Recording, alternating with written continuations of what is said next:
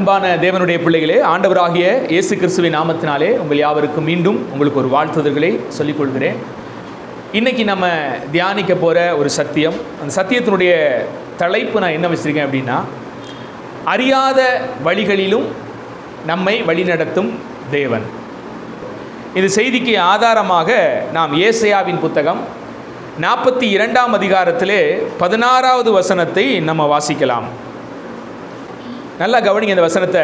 குருடர்களை அவர்கள் அறியாத வழியிலே நடத்தி அவர்களுக்கு தெரியாத பாதைகளில் அவர்களை அழைத்து கொண்டு வந்து அவர்களுக்கு முன்பாக இருளை வெளிச்சமும் கோணலை செவ்வையுமாக்குவேன். இந்த காரியங்களை நான் அவர்களுக்கு செய்து அவர்களை கைவிடாதிருப்பேன் என்று கர்த்தர் ஏசாயாவின் மூலியமாக என்ன செய்கிறார்? மக்களுக்கு அறிவிக்கிறார். இந்த வார்த்தையை கொஞ்சம் கவனிங்க. குருடர்களை அவர்கள் அறியாத வழியிலே ஆண்டவர் என்ன செய்கிறாராம்? நடத்துகிறாராம். ஏதோ இந்த பகுதி கண் தெரியாத ஒரு குருடர்களை பற்றி பேசலை. மாறாக தங்களுடைய வாழ்க்கையிலே கடினமான சூழ்நிலையிலே என்ன நடக்குது, ஏது நடக்குது, எப்போது தனக்கு விடிவு காலம் வரும், என் பிரச்சனைகள் எல்லாம் எப்போது மாறும் என்று ஏங்கி நிற்கிற ஒரு ஜனக்கூட்டத்தை பார்த்து ஆண்டவர் பேசுகிறார். அவர்களை குருடர் என்றும் பேசுகிறார். இந்த வார்த்தை ஒரு உண்மையான வார்த்தை. உண்மையாகவே சொல்லப்போனால் அவர்கள் குருடர்களாகத்தான் இருக்கிறாங்க. இந்த மக்கள் கூட்டத்திலே ஒரு கூட்டத்தை பார்த்து தான் இயேசு கிறிஸ்துவும் ஒரு வார்த்தையை சொல்லுகிறார். குருடருக்கு வழிகாட்டுகிற குருடரே என்று சொல்லுகிறார். அப்போ இந்த வார்த்தையை கேட்ட பொழுது அங்கே இருக்கிற பரிசேயர்களெல்லாம் என்ன செஞ்சாங்க? ஆண்டவரை சூழ்ந்து கொண்டு, எங்களை நீ குருடர்கள் என்று சொல்லுகிறீரா என்று கேட்டாங்க. அதுக்கு ஆண்டவர் என்ன சொன்னார்? ஆமாம், உண்மையிலேயே அவங்க எப்படிப்பட்டவங்க தான்? குருடர் தான். அப்படிப்பட்ட குருடர்கள் என்ன செய்கிறாங்க? மற்றவர்களுக்கு வழிகாட்டக்கூடியவர்களாக இருக்கிறார்கள் என்று ஆண்டவர் தீர்க்கமாக உரைத்த விஷயங்களை நம்மால் பார்க்க முடியுது. இந்த வசனத்தினுடைய பின்னணியை பார்க்கும்போது, இஸ்ரவேல் ஜனங்கள் ஆண்டவருக்கு விரோதமாக பாவம் செய்து அவர் வாழ்ந்து கொண்டிருக்கும் போது அநேக தீர்க்கதரிசிகளை எழுப்பி கர்த்தர் அவர்களிடத்தில் பேசுகிறார். அவர்கள் மனம் திரும்ப மனம் இல்லாமல் தொடர்ந்து அந்த பாவத்தில் இருக்கும்போது ஆண்டவர் பாபிலோனியர்கள் கையிலே இஸ்ரவேல் மக்களை அடிமையாக விட்டு கொடுத்து விட்டார். இஸ்ரவேல் மக்கள் பாபிலோனியரின் கீழே 70 வருடம் அடிமைகளாக இருக்கிறார்கள். அந்த 70 வருடம் அடிமையாக்கப்பட்ட சூழ்நிலையிலே அவங்க இருந்து குமுறுகிற அந்த குமுறல் சத்தத்திற்கு ஆண்டவர் பதிலாக இந்த வார்த்தையை ஆண்டவர் என்ன செய்கிறாரு? பேசுகிறார். அந்த சூழலை நம்ம பார்க்கும்போது இஸ்ரவேல் ஜனங்கள் எவ்வளோ கொடுமை அனுபவிச்சிருப்பாங்க யோசிச்சு பாருங்களேன். ஒரு தேசத்துக்கு கீழே தாங்கள் அடிமையாக்கப்பட்டு இருக்கும் பொழுது அவர்கள் சுதந்திரமாக எதையுமே என்ன செய்ய முடியாது. வாழ்க்கை முழுக்கதும் கடினமான ஒரு காலகட்டம், இருண்ட ஒரு சமயம்.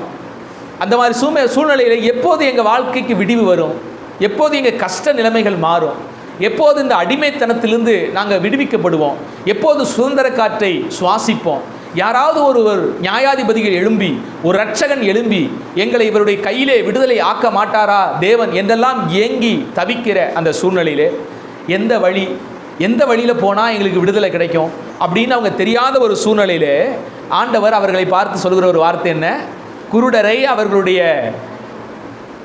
என்ன வசனம்? குருடரை அவர்கள் அறியாத வழியிலே அவர்களை நடத்தி அவர்கள் தெரியாத பாதைகளிலே அவர்களை அழைத்து கொண்டு வந்து அவர்களுக்கு முன்பாக ஆண்டவர் இருளை வெளிச்சமாக என்ன செய்வாராம்? மாற்றுவாராம். அவருடைய இருண்ட வாழ்க்கையை, அடிமைத்தன வாழ்க்கையை நான் வெளிச்சமாக மாற்றி அவருடைய கோணலான காரியங்களை நான் என்ன செய்வேன்? செவ்வையாக்குவேன். நான் அவர்களை கைவிடாதிருப்பேன் என்றும் கர்த்தர் என்ன செய்கிறாரு? சொல்கிறார். இதுதான் இந்த வசனத்தினுடைய சூழமைவு. ஆக அன்பான தேவனுடைய பிள்ளைகளே, ஆண்டவர் நம்முடைய வாழ்க்கையை நடத்துகிறவராக இருக்கிறார். நம்முடைய வாழ்க்கையில் கைவிடாதவராக இருக்கிறார். உண்மையிலேயே இந்த உலகத்தில் வாழ்கிற ஒவ்வொரு மனிதனும் பார்த்தீங்கன்னா ஒரு ரீதியிலே ஒரு ஆவிக்குரிய குருட்டாட்டத்துக்குள் தான் ஜனங்கள் இருக்கிறார்கள். அதனால தான் ஆண்டவர் அவர்களுடைய மனக்கண்களை திறக்கிறார், அவர்களுக்கு வெளிச்சம் கொடுக்க விரும்புகிறார். அந்த வெளிச்சத்தை எது கொடுக்கிறதுன்னா சுவிசேஷம் என்ன செய்கிறது? கொடுக்கிறது. இந்த உலகத்தில் இருக்கிற எல்லா மக்களும் பார்த்தீங்கன்னா ஒரு ரீதியிலே தாங்கள் வாழ்கிற வாழ்க்கை என்னதென்று அவங்களுக்கு என்ன செய்யறதில்லை? தெரியறதில்லை. இனி என்ன சம்பவிக்கும் என்று அவர்களுக்கு தெரியறதில்லை. நாளைக்கு என்ன நடக்கும் அப்படிங்கிறது கூட அவங்களுக்கு என்ன செய்யாது? தெரியாது. நாளைக்கு நம்ம ஜீவனோடு இருப்போமா, நம்ம செய்கிற தொழில் ஆசீர்வதிக்கப்படுமா? நாளைக்கு நான் போகிற அந்த பாதையிலே நான் பாதுகாப்போடு திரும்பி வருவேன்னா? எதுவுமே இந்த உலகத்தில் வாழ்கிற மனிதனுக்கு என்ன செய்யாது? தெரியாது. இது ஒரு நிலையற்ற வாழ்க்கை. நாளைய தினத்தில் என்ன சம்பவிக்கும் கூட எந்த மனிதனுக்கும் என்ன செய்யாது? தெரியாது. எந்த ஜோசியக்காரனாலும் கூட அதை என்ன செய்ய முடியாது? கணிக்கவும் முடியாது. ஒரு ஜோசியக்காரர் ரொம்ப ஆசைப்பட்டு எல்லா பிளானும் பண்ணி நமக்கு ஒரு கவர்மெண்ட் ஜாப் கிடச்சிருக்குது அப்படின்னு ஆசைப்பட்டு கவர்மெண்ட் ஜாப்பெல்லாம் வந்து கையெழுத்தெல்லாம் போட்டு சட்டசபையில் கொடுத்த பருவம் அடுத்த நாள் கேன்சல் அப்படின்னு என்ன செஞ்சு அந்த ஜோசியக்காரருக்கு விழுந்துச்சு. இதுதான் ஜோசியக்காரருடைய நிலைமையும் கூட. ஊர் மக்களுக்கெல்லாம் கணித்து உனக்கு அது நடக்க போகுது இது நடக்க போகுது அப்படின்னு அதை வைத்து அதை ஒரு பிஸ்னஸாக அதை ஒரு வேலையாக அவர் செய்து கொண்டிருக்கும் போது தன்னுடைய வாழ்க்கையிலும் கூட என்ன நடக்கிறது என்பதை அவர்களால் கூட என்ன செய்ய முடியாது? கணிக்க முடியாது, சொல்ல முடியாது. அவர்களும் தங்களுடைய வாழ்க்கையிலே நாளைய தினம் இந்த நன்மை எனக்கு வந்துடும் அப்படின்னு யோசித்தால் கூட அவர்களுக்கு திடீரென்று தாங்கள் நினைத்த நன்மைகள் வராமல் கை நழுவி போகிற விஷயத்தை நம்மால் என்ன செய்ய முடியுது? பார்க்க முடியுது. ஒவ்வொரு மனிதனும் இந்த உலக வாழ்க்கையிலே நாளைக்கு என்ன நடக்கும் அப்படிங்கிறது தெரியாமல் அறியாமல் ஒரு விதமான குருட்டு தன்மையில் தான் என்ன செய்கிறாங்க? அவங்க எல்லாம் வாழ்கிறாங்க. ஆனால் ஆண்டவர் சொல்லுகிறார், அப்படிப்பட்ட குருடர்களையும் தேவன் என்ன செய்கிறாராம்? வழி நடத்துகிறாராம். அப்படிப்பட்டவர்களுக்கு முன்பாக கர்த்தர் சென்று கோடனானவைகளை செவ்வையாக்கி அவர்களை வாழ வைக்கிறார் என்று வேதம் சொல்லுகிறது. இந்த உலகத்தில் இருக்கிற அத்தனை மனிதர்களுக்கும் ஜீவனையும் சுவாசத்தையும் வாழ்வையும் தருகிறவர் யார்? தேவன். தம்மை தேடுகிறவர்களுக்கு விசேஷமாய் தேவன் கிருபை அளிக்கிறார் என்பது உண்மைதான். ஆனால் தம்மை தேடாதவர்களுக்கும் ஆண்டவர் என்ன செய்கிறாரு? அவர்களுக்கு நன்மை செய்கிறார், அவர்களுக்கு பலன் அளிக்கிறார், அவர்களுடைய வயல் நிலங்களையும் ஆசீர்வதிக்கிறார், அவர்களுடைய பிரயாசங்களையும் கர்த்தர் ஆசீர்வதிக்கிறார், அவர்களுடைய குடும்பங்களையும் தேவன் வர்த்திக்க பண்ணுகிறார், அவர்களுக்கும் பிள்ளை செல்வத்தை கொடுக்கிறார். இப்படி தேவன் எல்லாருக்கும் நன்மைகளை தருகிற தேவனாக என்ன செய்கிறாரு? இருக்கிறார். ஆனால் ஒன்று நாம் இன்றைக்கு அறிய வேண்டும், நாம் எவ்வளவோ விஷயங்களை அறிந்தவர்கள் என்று நாம் நினச்சிக்கிட்டு இருந்தாலும் நமக்கு நாளைக்கு என்ன நடக்கும், நம்ம வாழ்க்கையில் என்ன நடக்கும் கூட தெரியாத ஒரு குருடர்களாகத்தான் நாம் என்ன செய்கிறோம்? இருக்கிறோம். இதை குறித்து நீதிமொழிகளின் புத்தகத்திலே ஒரு வசனத்தை நாம் வாசிக்கலாம். நீதிமொழிகளின் புத்தகம் 3ஆம் அதிகாரம் 5வது வசனத்தையும் 6வது வசனத்தையும் நம்ம வாசிக்கலாம். நல்லா கவனிங்க. இப்படி நமக்கு நாளைக்கு என்ன நடக்க போகுதுன்னு தெரியாது இருக்கிற மனித வாழ்க்கையில தேவன் ஒவ்வொரு மனிதனுக்கும் சொல்லக்கூடிய ஒரு வார்த்தை என்ன? உன் சுய புத்தியின் மேல் சாயாமல் உன் முழு இருதயத்தோடும் கர்த்தர் மேல் நம்பிக்கையாயிருந்து உன் வழிகளில் எல்லாம் அவரை நினைத்துக்கொள். இதுதான் நம்ம வாழ்க்கையில நாம செய்ய வேண்டிய விஷயம். நம்ம வாழ்க்கை நிலையில்லாத வாழ்க்கை தான். ஆனால் இந்த நிலையில்லாத வாழ்க்கையில் எல்லாவற்றையும் அறிந்த தேவனை பின்பற்றி நம்ம என்ன செய்யணும்? நம்ம வாழ்க்கையில் ஓடணும். இதுதான் நம்ம வாழ்க்கையில் கொடுக்கப்பட்ட விஷயம். இன்றைக்கி இந்த சத்தத்தை கேட்கிற உங்களுக்கும் கூட உங்கள் வாழ்க்கைக்கு என்ன நாளைக்கு நடக்கும், நாளைக்கு விடிவு நடக்குமா, நாளைக்கு என் பிரச்சனை தீருமா, நாளைக்கு என் தேவைகள் சந்திக்கப்படுமா, எதுவுமே நம்ம வாழ்க்கையில் தெரியலை. போராடுறோம். இந்த சூழ்நிலைலாம் என்ன? தேவனை அறிந்திருக்கிற பிள்ளைகளுடைய வாழ்க்கையிலும் கூட நிறைய பேருடைய வாழ்க்கையில் நிறைய பாடுகள். என்ன நடக்குது, ஏது நடக்குது, ஏன் இது நடக்குது, எவ்வளோ வருஷமாக பிரயாசப்படுறோமே, ஏன் என்னுடைய சூழ்நிலை மாற மாட்டேங்குது, இப்படி அநேக கேள்விகள் என்ன ஏது அப்படின்னு நம்ம வாழ்க்கையில் நமக்கு என்ன செய்யறதில்ல? தெரியறதில்ல. ஆனால் அப்படி அறியாது இருக்கும் போதும் கர்த்தர் நம்மை பார்த்து சொல்லுகிற ஒரு வார்த்தை என்ன? சுய புத்தியின் மேல் சாயாமல். இந்த வார்த்தையை குறிச்சுக்கிறீங்க அருமையானவர்களே. இந்த வார்த்தையை நல்லா நோட் பண்ணிக்கிறீங்க. பல சமயங்களே நம்ம வாழ்க்கையில் கேள்விகள் எழும், சந்தேகம் எழும். என்ன நடக்குது, ஏது நடக்குதுன்னு புரியாது இருக்கிற நம்முடைய வாழ்க்கையில ஆண்டவர் சொல்ற வார்த்தை என்ன? உன் சுய புத்தியின் மேல் சாயாமல். அடுத்து என்ன சொல்றாரு? உன் முழு இருதயத்தோடு கர்த்தரில் என்ன செய்ய. உனக்கு நாளைக்கு என்ன நடக்க போகுதுன்னு தெரியாதுதான். ஆனால் நீ கர்த்தர் மேலே நம்பிக்கை வச்சு என்ன செய்ய? உன் வழிகளிலெல்லாம் அவரை நினைத்து கொண்டு ஓடு. அப்பொழுது என்ன நடக்கும்? அவர் உன் பாதைகளை என்ன செய்வார்? சார் நாளைக்கு என்ன நடக்க போகுதுன்னு எனக்கு தெரியாது தான். ஆனால் என்னை வழிநடத்தக்கூடிய ஒரு தேவன் என்ன செய்கிறாரு? இருக்கிறார். நான் நாளைக்கு எங்கே போகிறேன், என் வாழ்க்கை எப்படி முடிய போகுதுன்னு எனக்கு தெரியாது தான். ஆனால் நான் இறுதி வரைக்கும் கர்த்தருடைய கரத்தை பிடிச்சி நான் என்ன செய்கிறேன்? நடக்கிறேன். அவர் என்னை நடத்துவார். ஏன்னா எனக்கு என் வழி தெரியாமல் இருக்கலாம், நாளைக்கு என்ன சம்பவிக்குன்னு எனக்கு தெரியாமல் இருக்கலாம். ஆனால் என்னை வழி நடத்தக்கூடிய ஆண்டவருக்கு நாளைக்கு எனக்கு என்ன சம்பவிக்குங்கிறது அவர் என்ன செய்திருக்கிறார்? அறிந்திருக்கிறார். அதனால் அவர் கயரத்தை பிடித்து வாழ இந்த வாழ்க்கையில் கற்றுக்கிறணும். நான் சொல்ல வர்றது உங்களுக்கு புரியுதுங்களா? பல சமயங்களில் பல கேள்விகள் மனு குலத்துக்கு என்ன செய்யுது, உண்டாக்குது. ஏன், எதுக்கு, ஏன் இப்படிலாம் நடக்குது, கடவுள் என் கூட இருந்தால் இதெல்லாம் நடக்குமா, அப்படிலாம் என்ன செய்யுது, பல கேள்விகள் வருது. உங்கள் எல்லா கேள்விகளுக்கும் ஒரே ஒரு பதில் தான், நீங்கள் எவ்வளவுதான் உங்கள் அறிவை பயன்படுத்தி முட்டி மோதினாலும் அதை உங்களால் என்ன செய்ய முடியாது, தெரிஞ்சிக்க முடியாது. ஆக நீங்கள் செய்ய வேண்டியது ஒன்றே ஒன்று தான், கடவுளுடைய கரத்தை பிடிச்சிட்டு ஒவ்வொரு நாளும் உங்கள் கொடுக்கப்படுகிற நாளில் சந்தோஷமாக என்ன செய்யுங்க, பயணம் செய்யுங்க. அந்த நாளை மகிழ்ச்சிகரமாக வாழுங்க. அதான் நம்ம ஆண்டவராக இயேசு கிறிஸ்து சொல்லுவார், நாளைய தினத்தை குறித்து கவலைப்படாதிருங்கள். ஏன் கவலைப்படாதிருங்க? நாளைய தினத்தை குறித்து உங்களுக்கு தெரியாது, அப்புறம் எதுக்கு கவலைப்பட்டு இருக்கிறீங்க? நாளைய தினத்தை குறித்து கவலைப்படாதீங்க. நாளைய தினம் தன்னுடைய வேலைக்காக கவலைப்படும். உங்களுக்கு நாளைக்கு என்னது தேவை என்பது யார் அறிஞ்சிருக்கிறா? தேவன் அறிந்திருக்கிறார். மனுஷன் மட்டும்தாங்க இந்த கவலையை வச்சு ஓடுறான். அவனை என்ன சொல்லி, என்ன வார்த்தைகளை சொல்லி அவனை நிம்மதியாக வாழ வைக்கணும்னு இந்த உலகத்துக்கே தெரியல. எத்தனையோ மனோ தத்துவ டாக்டர்கள் என்ன செய்கிறாங்க, மக்களுக்கு என்னென்னமோ கருத்துக்களை சொல்கிறாங்க. எத்தனையோ கதைகள் வழியாக மனிதனுடைய மனதை நிலைப்படுத்த, மனிதனுடைய மனதை ஆசுவாசப்படுத்த, மனிதனுடைய மனதை சலனமில்லாமல் மாற்ற போராடுகிறார்கள். நிறைய பேர் என்னென்னமோ சொல்லி போராடுறாங்க. ஆனால் மனுஷன் என்ன செய்யறதில்ல, நாம் மட்டும்தான் அப்படிலாம் இருக்கிறோம். ஆண்டவர் இயேசு சொன்னார், நீங்கள் பறவைகளை கவனித்து பாருங்கள், அது நாளைய தினம் உணவுக்காக கவலைப்படுதா?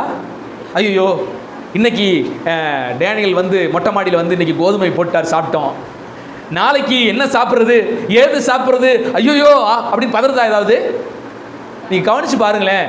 அது நிம்மதியாக என்ன செய்யுது, ஹாப்பியாக நாளைக்கு என்ன நடக்குதுன்னா இதுக்காக ஹாப்பியாக இருக்கு. நாளைக்கு எவனாவது பிடிச்சி பொறிச்சு தின்பானா அப்படின்னு கூட தெரியாது. ஆனாலும் அது ஒவ்வொரு நாள் வாழ்க்கையும் எப்படி வாழுதுன்னு கேட்டிங்கன்னா நிம்மதியாக என்ன செய்யுது, அதுக்கு கவலையே இல்லை, மகிழ்ச்சிகரமாக வாழ்கிறது. வாழ்க்கையை ஓடுது. நாளைய காரியத்தை நாளைக்கு பார்த்துக்கிறலாம், நடத்துகிற தேவன் என்னை நடத்துவார், மகிழ்ச்சியாக ஓடுது. எவ்வளோ உதாரணங்களை ஆண்டவர் இயேசு கிறிஸ்து சொல்லி கொடுத்தாருன்னு பாருங்க.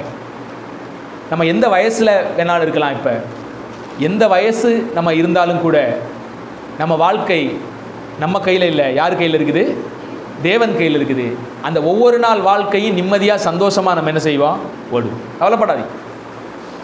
ஸோ முதலாவது குறிப்பாக நான் உங்கள் முன்னால் வைக்கிறது என்னென்னா, இன்று புரியாத சம்பவம் நாளை தேவனுடைய திட்டமாக என்ன செய்யும், வெளிப்படும். இன்றைக்கி நமக்கு சில விஷயங்கள் புரியாமல் இருக்கலாம். ஏன் இதெல்லாம் நடக்குது, ஏன் இந்த கஷ்டத்தில் தேவன் கொண்டு போகிறாரு, புரியாமல் இருக்கலாம். ஆனால் எல்லாவற்றிலும் தேவனுடைய திட்டம் நம்முடைய வாழ்க்கையில் என்ன செய்யும், இருக்கும். அதை மட்டும் மறந்துடக்கூடாது. யோசிப்பை நம்ம பார்க்கும்போது அவனுடைய வாழ்க்கையில் யோசிச்சு பாருங்களேன், மற்ற சகோதரர்கள் கூட நிறைய தப்பு செய்கிறாங்க. அந்த சூழ்நிலையை யோசிச்சு பாருங்க, வாழ்க்கையை யோசிச்சு பாருங்க. மற்ற சகோதரர்கள் இருக்காங்க, கூட 11 பேர் பிறந்திருக்கிறாங்க. 11 பேருடைய வாழ்க்கையில் நிறைய பேருடைய லைஃப்பில் பார்த்தீங்கன்னா நிறைய தப்பு செய்கிறாங்க, குற்றங்கள் செய்கிறாங்க. நீங்கள் யாக்கோபினுடைய பிள்ளைகளுடைய ஒவ்வொரு வாழ்க்கையிலையும் பார்த்தீங்கன்னா நிறைய தவறுகளை நம்ம பார்க்க முடியுது. ஆனால் இந்த யோசேப்பு என்ன செய்கிறாருன்னு கேட்டிங்கன்னா, அண்ணன்மார்கள் பண்ணுற தப்பையெல்லாம் சொல்லிட்டு தான் வர்றாரு. ஆனால் யாருக்கிட்ட தப்பு இல்லை, இவர்கிட்ட தப்பு இல்லை. ரொம்ப பிரியமாக வாழ்கிறாரு. அப்பாவுக்கும் செல்லப்பில்லை, ஆண்டவருக்கும் செல்லப்பில்லை. அந்த மாதிரியான ஒரு லைஃப், கடவுளுக்கு பயந்து வாழ்கிற ஒரு மனிதன் தன்னுடைய அண்ணன்மார் செய்கிற தப்பையெல்லாம் கொண்டு போய் அப்பாட்ட சொல்லி மாட்டி கொடுப்பாரு அப்படின்னு அண்ணன்மார்கள் சொல்லலாம். ஆனால் உண்மையிலே சொல்ல போனால் யோசேப்பு என்ன ரீதியில் செஞ்சுருக்கலாம், இதெல்லாம் தப்பு, ஒருவேளை அப்பாட்ட சொன்னால் அப்பா என்ன செய்வார், திருத்துவார், சொல்லி திருத்துவார் அப்படிங்கிற ரீதியில் அவர் சொல்லியிருப்பார். ஆனால் அண்ணன்மார்களுக்கும் அப்படி வச்சுருக்க மாட்டாங்க. இந்த பைய நம்மளை எல்லாரும் என்ன பண்ணிகிட்டு இருக்கான், போட்டு கொடுத்துட்டு இருக்கிறான், பாருங்க, குறை சொல்லிட்டு இருக்கிறான். இதான் நல்ல வார்த்தை. என்ன வார்த்தை? யோசேப்பு என்ன சொல்கிற வார்த்தை, குறை சொல்கிற ஆள் யோசேப்பு. ஆனால் யோசேப்பினுடைய வாழ்க்கையை பார்த்தீங்கன்னா அவர் கர்த்தருக்கு பயந்து உண்மையாக தான் வாழ்கிறாரு. ஆனால் அவர் வாழ்க்கை முழுவதும் பார்த்துங்களேன், என்ன நடக்குது ஏது நடக்குதுன்னே தெரியல. அந்த சின்னஞ்சிறு வயசில் குழியில் தூக்கி வீசப்படுறாரு. யாருனால தூக்கி வீசப்படுறாருங்க? நம்ம வாழ்க்கையில் அப்படி தானே. நம்மளை யாரெல்லாம் தூக்கி வீசுவாங்களோ யாருன்னு பார்த்தா ரொம்ப நெருக்கமானவங்களாக தான் இருப்பாங்க. அதுவும் நாம் யாரை நேசித்து யாருக்காக ஓடணுமோ அவங்கள தான் நம்மளை என்ன செய்வாங்க, வனாந்திரத்தில் அண்ணன்மார்கள்லாம் ஆடு மேய்க்கிறாங்க, இவங்களுக்கு சாப்பாடு கொண்டு போய் ஒவ்வொருத்தனையும் தேடி கண்டுபிடிச்சி சோறு கொடுக்குற வேலை எவ்வளோ பெரிய வேலை தெரியுமா உங்களுக்கு? வனாந்திரமான இடத்துல அண்ணன் எங்கே இருப்பான் ஏது இருக்குமானே தெரியாது. உங்களுக்கு தெரியுமா? வனாந்தர வாழ்க்கைங்கிறது கடலுக்குள்ளே ஒரு கப்பலை தேடுறது தான். ஒரு சமயத்தில் எங்கள் அப்பா போட்டுக்கு போனப்போ போட்டோடு காணா போயிட்டார். கப்பலில் பயணம் செய்த 3 பேரும் கிட்டத்தட்ட 10 நாளோ 15 நாளோ எங்கே போனாலும் எது போனாலும் தெரியல. பல போட்டுகள் தேட போகுது. கடலுக்குள்ளே ஒரு போட்டை தேடுறதுங்கிறது சாமானிய விஷயம் இல்லை. லொக்கேஷன் தெரியாமல் கண்டுபிடிக்கவே முடியாது. ஏன்னா காற்றின் அந்த வேகத்தில் எங்கே வேணாலும் கப்பல் இடம்பெயர்ந்து போய்கிட்டே இருக்கும், உங்களால் கண்டுபிடிக்கவே முடியாது கடலில். அது மாதிரி தான் வனாந்திரத்துலையும் இவங்க பாட்டுக்கு ஆடு மேய்க்க போயிட்டாங்க. ஒவ்வொருத்தரும் ஒவ்வொரு ஏரியாவில் ஆடு மேய்ப்பாங்க, ஒரே இடத்துலலாம் இருக்க மாட்டாங்க. யோசிச்சு பாருங்க. ஆபிரகாம் வந்து ஒரு பெரிய சீமான். அவர் நிலம் தாங்கக்கூடாத அளவுக்கு அவருக்கு என்ன இருந்துச்சா? கால்நடைகள் இருந்தது, இடம் தாங்கக்கூடாத அளவுக்கு. அந்த அளவுக்கு ஆயிரக்கணக்கான ஆடுகளும் மாடுகளும் ஒட்டகங்களும் அவர் கையில் இருந்துச்சு. அந்த சொத்துக்கு அதிபதியெல்லாம் யாரு? யாக்கோபு. அந்த சொத்துக்கு அதிபதியெல்லாம் யாரு? அந்த 12 பிள்ளைகளும். அப்போ ஒவ்வொருத்தனுக்கும் 12 கோத்திரத்துக்கு பார்த்தா ஆயிரக்கணக்கான ஆடு மாடுகள் இருக்கும், சொத்துக்கள் இருக்கும். ஒரே இடத்துல மேய்க்கவே முடியாது. ஒவ்வொருத்தனும் ஒவ்வொரு ஏரியாவில் இருப்பான். ஒவ்வொருத்தனையும் தேடி கண்டுபிடிச்சி சாப்பாடு கொடுக்கணும். இந்த வேலை யார் செய்கிறா? யோசேப்பு செய்கிறாரு. எவ்வளோ கஷ்டம். அந்த அண்ணனை நேசித்து அந்த அண்ணன் கூட இருக்கிற வேலைக்காரர்கள்லாம் சாப்பாடு கொடுக்கணும். இவர் போகிறாரு. இவங்க பார்த்துட்டாங்க. தூரத்தில் வரும்போதே என்ன பண்ணிட்டாங்க? வர்றான் பாரு சொப்பனைக்காரன். பேர் என்ன பேர்? தலைவர் யோசேப்புக்கு சொப்பனைக்காரன். அப்புறம் என்ன பேர் வச்சுருப்பாங்க? இந்த வர்றான் பாரு போட்டு கொடுக்குறவன், இந்த வர்றான் பாரு குறை சொல்கிறவன். புரிய அவனை பிடிச்சி சாப்பாடு கொடுக்க வந்தவனை, இவங்களுக்கு வயிறார உணவு கொடுக்க வந்தவனை தூக்கி பாலும் கிணத்துல என்னட்டாங்க போட்டுட்டாங்க. யோசிச்சு பாருங்க, எப்படி யோசிச்சு பாருங்க. தூக்கி வீசுறது யாராக இருக்குன்னு கேட்டிங்கன்னா, சில நேரங்களில் நம்ம அதிகமாக நேசிக்கிறவங்களா கூட என்ன செய்யலாம். ஏன்னா நிறைய பேர் நம்முடைய நேசத்தை புரிஞ்சு கொள்றதில்ல. சின்ன சின்ன நம்ம வாழ்க்கையில் இருக்கிற குறைகளை மட்டுமே என்ன செய்வாங்க, அவங்களுக்கு அது குறைவாக தெரியும். அவங்களுக்கு அது குறையாக தெரியும். நம்ம சொல்கிற சில நல்ல காரியங்களுக்கு பார்த்தீங்கன்னா சிலருக்கு என்ன செய்யும், குறைவாக தெரியும். யோசேப்பை அந்த குழியிலிருந்து காப்பாற்ற வேண்டும் என்கிற எண்ணம் யாருக்குமே இல்லை. ஒருத்தருக்கு அந்த காப்பாற்ற எண்ணம் இருந்தது. ஆனால் அதை நம்ம சகோதரர்கிட்ட சொன்னால் ஏற்றுக்க மாட்டாங்க அப்படிங்கிற ஒரு சூழ்நிலை. அந்த மாதிரியான சூழ்நிலையில் கடைசியில் வேறு வழி இல்லாமல் யோசேப்பை விட்டுடுறாங்க காசுக்கு. எத்தனை வெள்ளி காசுக்கு யோசேப்பை விற்று போட்டாங்க? 20 வெள்ளி காசுக்கு என்ன செய்கிறாங்க, விற்று போடுறத பார்க்குறோம். அன்றைக்கே 20 வெள்ளி காசு. நல்ல விலைக்கு தான் போயிருக்கிறாரு. நம்மளெல்லாம் ஒரு 4 நாவுக்கு நம்மளாம் பெற மாட்டோம். ஆமாம், யோசேப்பு அந்த அளவுக்கு விற்றுருக்குறாங்க. எப்படி இருக்கும் அவருடைய வாழ்நாள்லாம் யோசிச்சு பாருங்க. அன்பானவர்களே, நமக்கு சில நேரங்களில் தேவன் நம்மை வழிநடத்துகிற விதங்கள் நமக்கு புரியாது. நான் பக்தியாக தானே இருந்தேன், உண்மையாக தானே இருந்தேன், அன்பாக தானே இருந்தேன். நம்ம யோசிப்போம், நமக்குன்னு ஏன் தேடி வருது பிரச்சனை? எங்கிருந்து தான் நமக்கு எதிரி வருவானே தெரியாது. பக்கத்திலே இருந்து கூட எதிரி வரும். என் லைஃப்பில் பார்த்தீங்கன்னா கூட இருந்து நான் நேசித்து என் சகோதரர்கள், என் ஆவிக்குரிய என்னுடைய சகோதரர்கள் என்று நான் பாவித்த நண்பர்கள்லாம் இந்த திருப்பூரில் என்னை முதுகில் குத்திட்டு போனவங்கள பார்த்தேன். நான் ஒரு இமி கூட அவங்கள அந்த மாதிரி நினச்சதே கிடையாது. இந்த திருப்பூரில் நிறைய நண்பர்கள், இது எனக்கு தெரியும். ஆரம்பத்தில் நான் இங்கே வந்தப்போ ஒரு சபைக்கு சென்று கொண்டிருந்த போது அங்கே இருக்கிற சகோதரர்கள்லாம் அவ்வளவு நேசித்தேன். கள்ளங்கபடம் இல்லாத நான் நேசித்தேன் அவங்கள. ஏன்னா அந்த நாட்களெல்லாம் ஒரு கர்த்தரை அறிந்த பிள்ளை, ஒரு சபைக்கு போகிற பிள்ளை அப்படின்னு தெரிஞ்ச உடனே ஏதோ என் கூட பிறந்ததை விட அதிகமான ஒரு அன்பு எனக்குள்ளே வரும். அப்படி நான் நேசித்தேன். அவங்க கூட உட்காந்து ஜெபம் பண்ணுவேன், அன்பாக ஜெபம் பண்ணுவேன், விசாரிப்பேன். அப்படிப்பட்ட நபர்கள் கூட பார்த்தீங்கன்னா என்னை புறமுதுகில் பேசி என்னை நிந்திச்சவங்க, என்னுடைய முன்னேற்றத்தை பிடிக்காமல் என்னை அவதூறாக பேசினவங்க, என்ன காரணம்னே இல்லாமல் அப்படி பேசி போனவங்க நிறைய பேர் இருக்கிறாங்க. என்ன காரணம் கேட்டிங்கன்னா, நான் முதன்மையாக கொண்டு வந்து அங்கே நிற்கிறேன்னா அது பொறுக்க முடியல அவங்களுக்கு. என்கிட்ட ஏதாவது பாவம் இருந்து தப்பு இருந்து அதனால என்னை விட்டு பிரிஞ்சு போனாங்கன்னா நான் சந்தோஷப்பட்டிருப்பேன். சகோதரருக்கு தெரியும், ஒருத்தெல்லாம் சொல்லிட்டு போனார், சபையினுடைய பொறுப்பையெல்லாம் அந்த ஆள்கிட்ட கொடுத்துருக்குறீங்க டேனியல்கிட்ட, அந்த ஆள் வெளியூருக்காரன், கொஞ்சம் பார்த்து. யார்? நான் நேசித்த ஒரு நபர், நான் சகோதரனாக பாவித்த ஒரு நபர். இப்படியெல்லாம் இப்படித்தான் வாழ்க்கையில் நடக்கும். பல சமயங்களில் அந்த சமயங்கள்லாம் நான் ரொம்ப நொந்திருக்கிறேன். அந்த மாதிரி சூழ்நிலைகள் எல்லாம் நம்முடைய உள்ளம் அந்த அளவுக்கு வலிக்கும். ஆண்டவரே, நான் உண்மை நேசிக்கிறேன், உண்மை நேசிக்கிறவர்களையும் நான் நேசிக்கிறேன். ஆனால் யாரை நான் நேசிக்கிறேனோ அவங்களே என்ன செய்கிறாங்க, எனக்கு குழிபறிக்கிறவங்களா இருக்கிறாங்க. புரியலை. வாழ்க்கையின் ஓட்டத்தில் தான் கர்த்தர் எனக்கு அதை எல்லாம் புரிய வச்சார். சில நேரங்களில் இன்று புரியாத சம்பவங்கள் நாளை தினத்தில் தேவனுடைய திட்டமாக என்ன செய்யும்? மாறும். அவைகளெல்லாம் தாண்டி வரும்போது அவைகளெல்லாம் என்னை பயன்படுத்தினது. அந்த ஏமாற்றங்கள், அந்த துன்பங்கள், நான் நேசிக்கப்பட்ட நபர்களால் நான் புறக்கணிக்கப்படும் போது அதெல்லாம் என் வாழ்க்கையை தேவன் எனக்கு உணர கற்றுக் கொடுத்தார். இன்னும் முனைப்பாக, இன்னும் அர்ப்பணிப்போடு செயல்பட எனக்கு அது ஊக்கப்படுத்தினது. என்னை ஒரு 100 பேர் என்னை பார்த்துக்கிட்டு இருக்கிறான், என்னை பிடிக்காதவன் இங்கே 10 பேர் இருக்கிறான். அப்போ நான் அவங்க முன்னால் இன்னும் பரிசுத்தமாக இருக்கணும், இன்னும் உண்மையாக ஓடணும், என்னை நான் பார்த்துக்கிறணும், என் பலவீனத்தை நான் என்ன செஞ்சிடக்கூடாது, விழுந்து போயிடக்கூடாது. அதெல்லாம் என்னை எச்சரிக்கையை மூட்டுடுச்சு, என்னை பண்படுத்துனுச்சு. அதெல்லாம் நிறைய சமயங்களில் நமக்கான எதிரிகள் முன்பாக இருந்தால் தான் நாம் சரியாக ஓடுவோம். புரியுதுங்களா? உங்களுக்கான எதிரி பக்கத்தில் இல்லைன்னா என்ன செய்ய மாட்டீங்க? நீங்கள் சிறப்பாக ஓட மாட்டீங்க. சில ஸ்கூல்லாம் பார்த்தீங்கன்னா நல்லா படிக்கிற ஒரு 5-6 பேர் இருப்பாங்க. அந்த 5-6 பேருக்குள்ளே பார்த்தீங்கன்னா போட்டி இருக்கும். நீ ஃபஸ்ட் ரேங்கா, நான் ஃபஸ்ட் ரேங்கா, நீ சென்டமா, நான் சென்டமா, பாரு இந்த ஸ்கூல்லையே நான் ஃபஸ்ட்டை வாங்கி காட்டுறேன். 2 பேரும் போட்டி போட்டு போட்டி போட்டு போட்டி போட்டு இந்த போட்டி பார்த்தீங்கன்னா அந்த மாணவர்களை என்ன செய்யும்?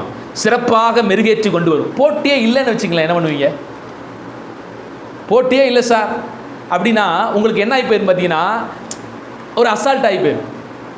வாழ்க்கை சுவாரஸ்யமாக என்ன செய்யாது, இருக்காது. உங்களை ரொம்ப கீழே கொண்டு போகிறதுக்கு அது ஒரு வழிவகுத்துரும். என்றைக்குமே நம்ம லைஃப்பில் எதிரிகள் இருக்கணும். அந்த எதிரிகள் தான் நம்ம உருவாக்குவாங்க. அந்த எதிரிகள் ஒருவேளை நம்ம நேசிக்கக்கூடியவங்களா கூட என்ன செய்யலாம், இருக்கலாம். ஒரு மலையாள பாடல் நான் கேட்டேன், எனக்கு ரொம்ப அந்த பாடல் பிடிக்கும். அந்த பாடலுடைய அடிகள் இப்படி சொல்லுது: என்னை நல்ல சீசனாக மாற்றுகிற நீர் அனுமதிக்கிற சிலுவைகளுக்காக உமக்கு ஸ்தோத்திரம். அந்த பாடல் அடிப்படி வரும். என்னை நித்திய ராஜ்யத்தோடு சேர்க்கிற எல்லா பாடுகளுக்காக உமக்கு ஸ்தோத்திரம் அப்படின்னு அந்த பாடல். எல்லா பாடுகளுக்காக உமக்கு நன்றி, எல்லா உபத்திரவங்களுக்காக நன்றி. ஏன்? அந்த உபத்திரவத்தின் மத்தியில் உடைய முகத்தை நான் பார்த்தேன்.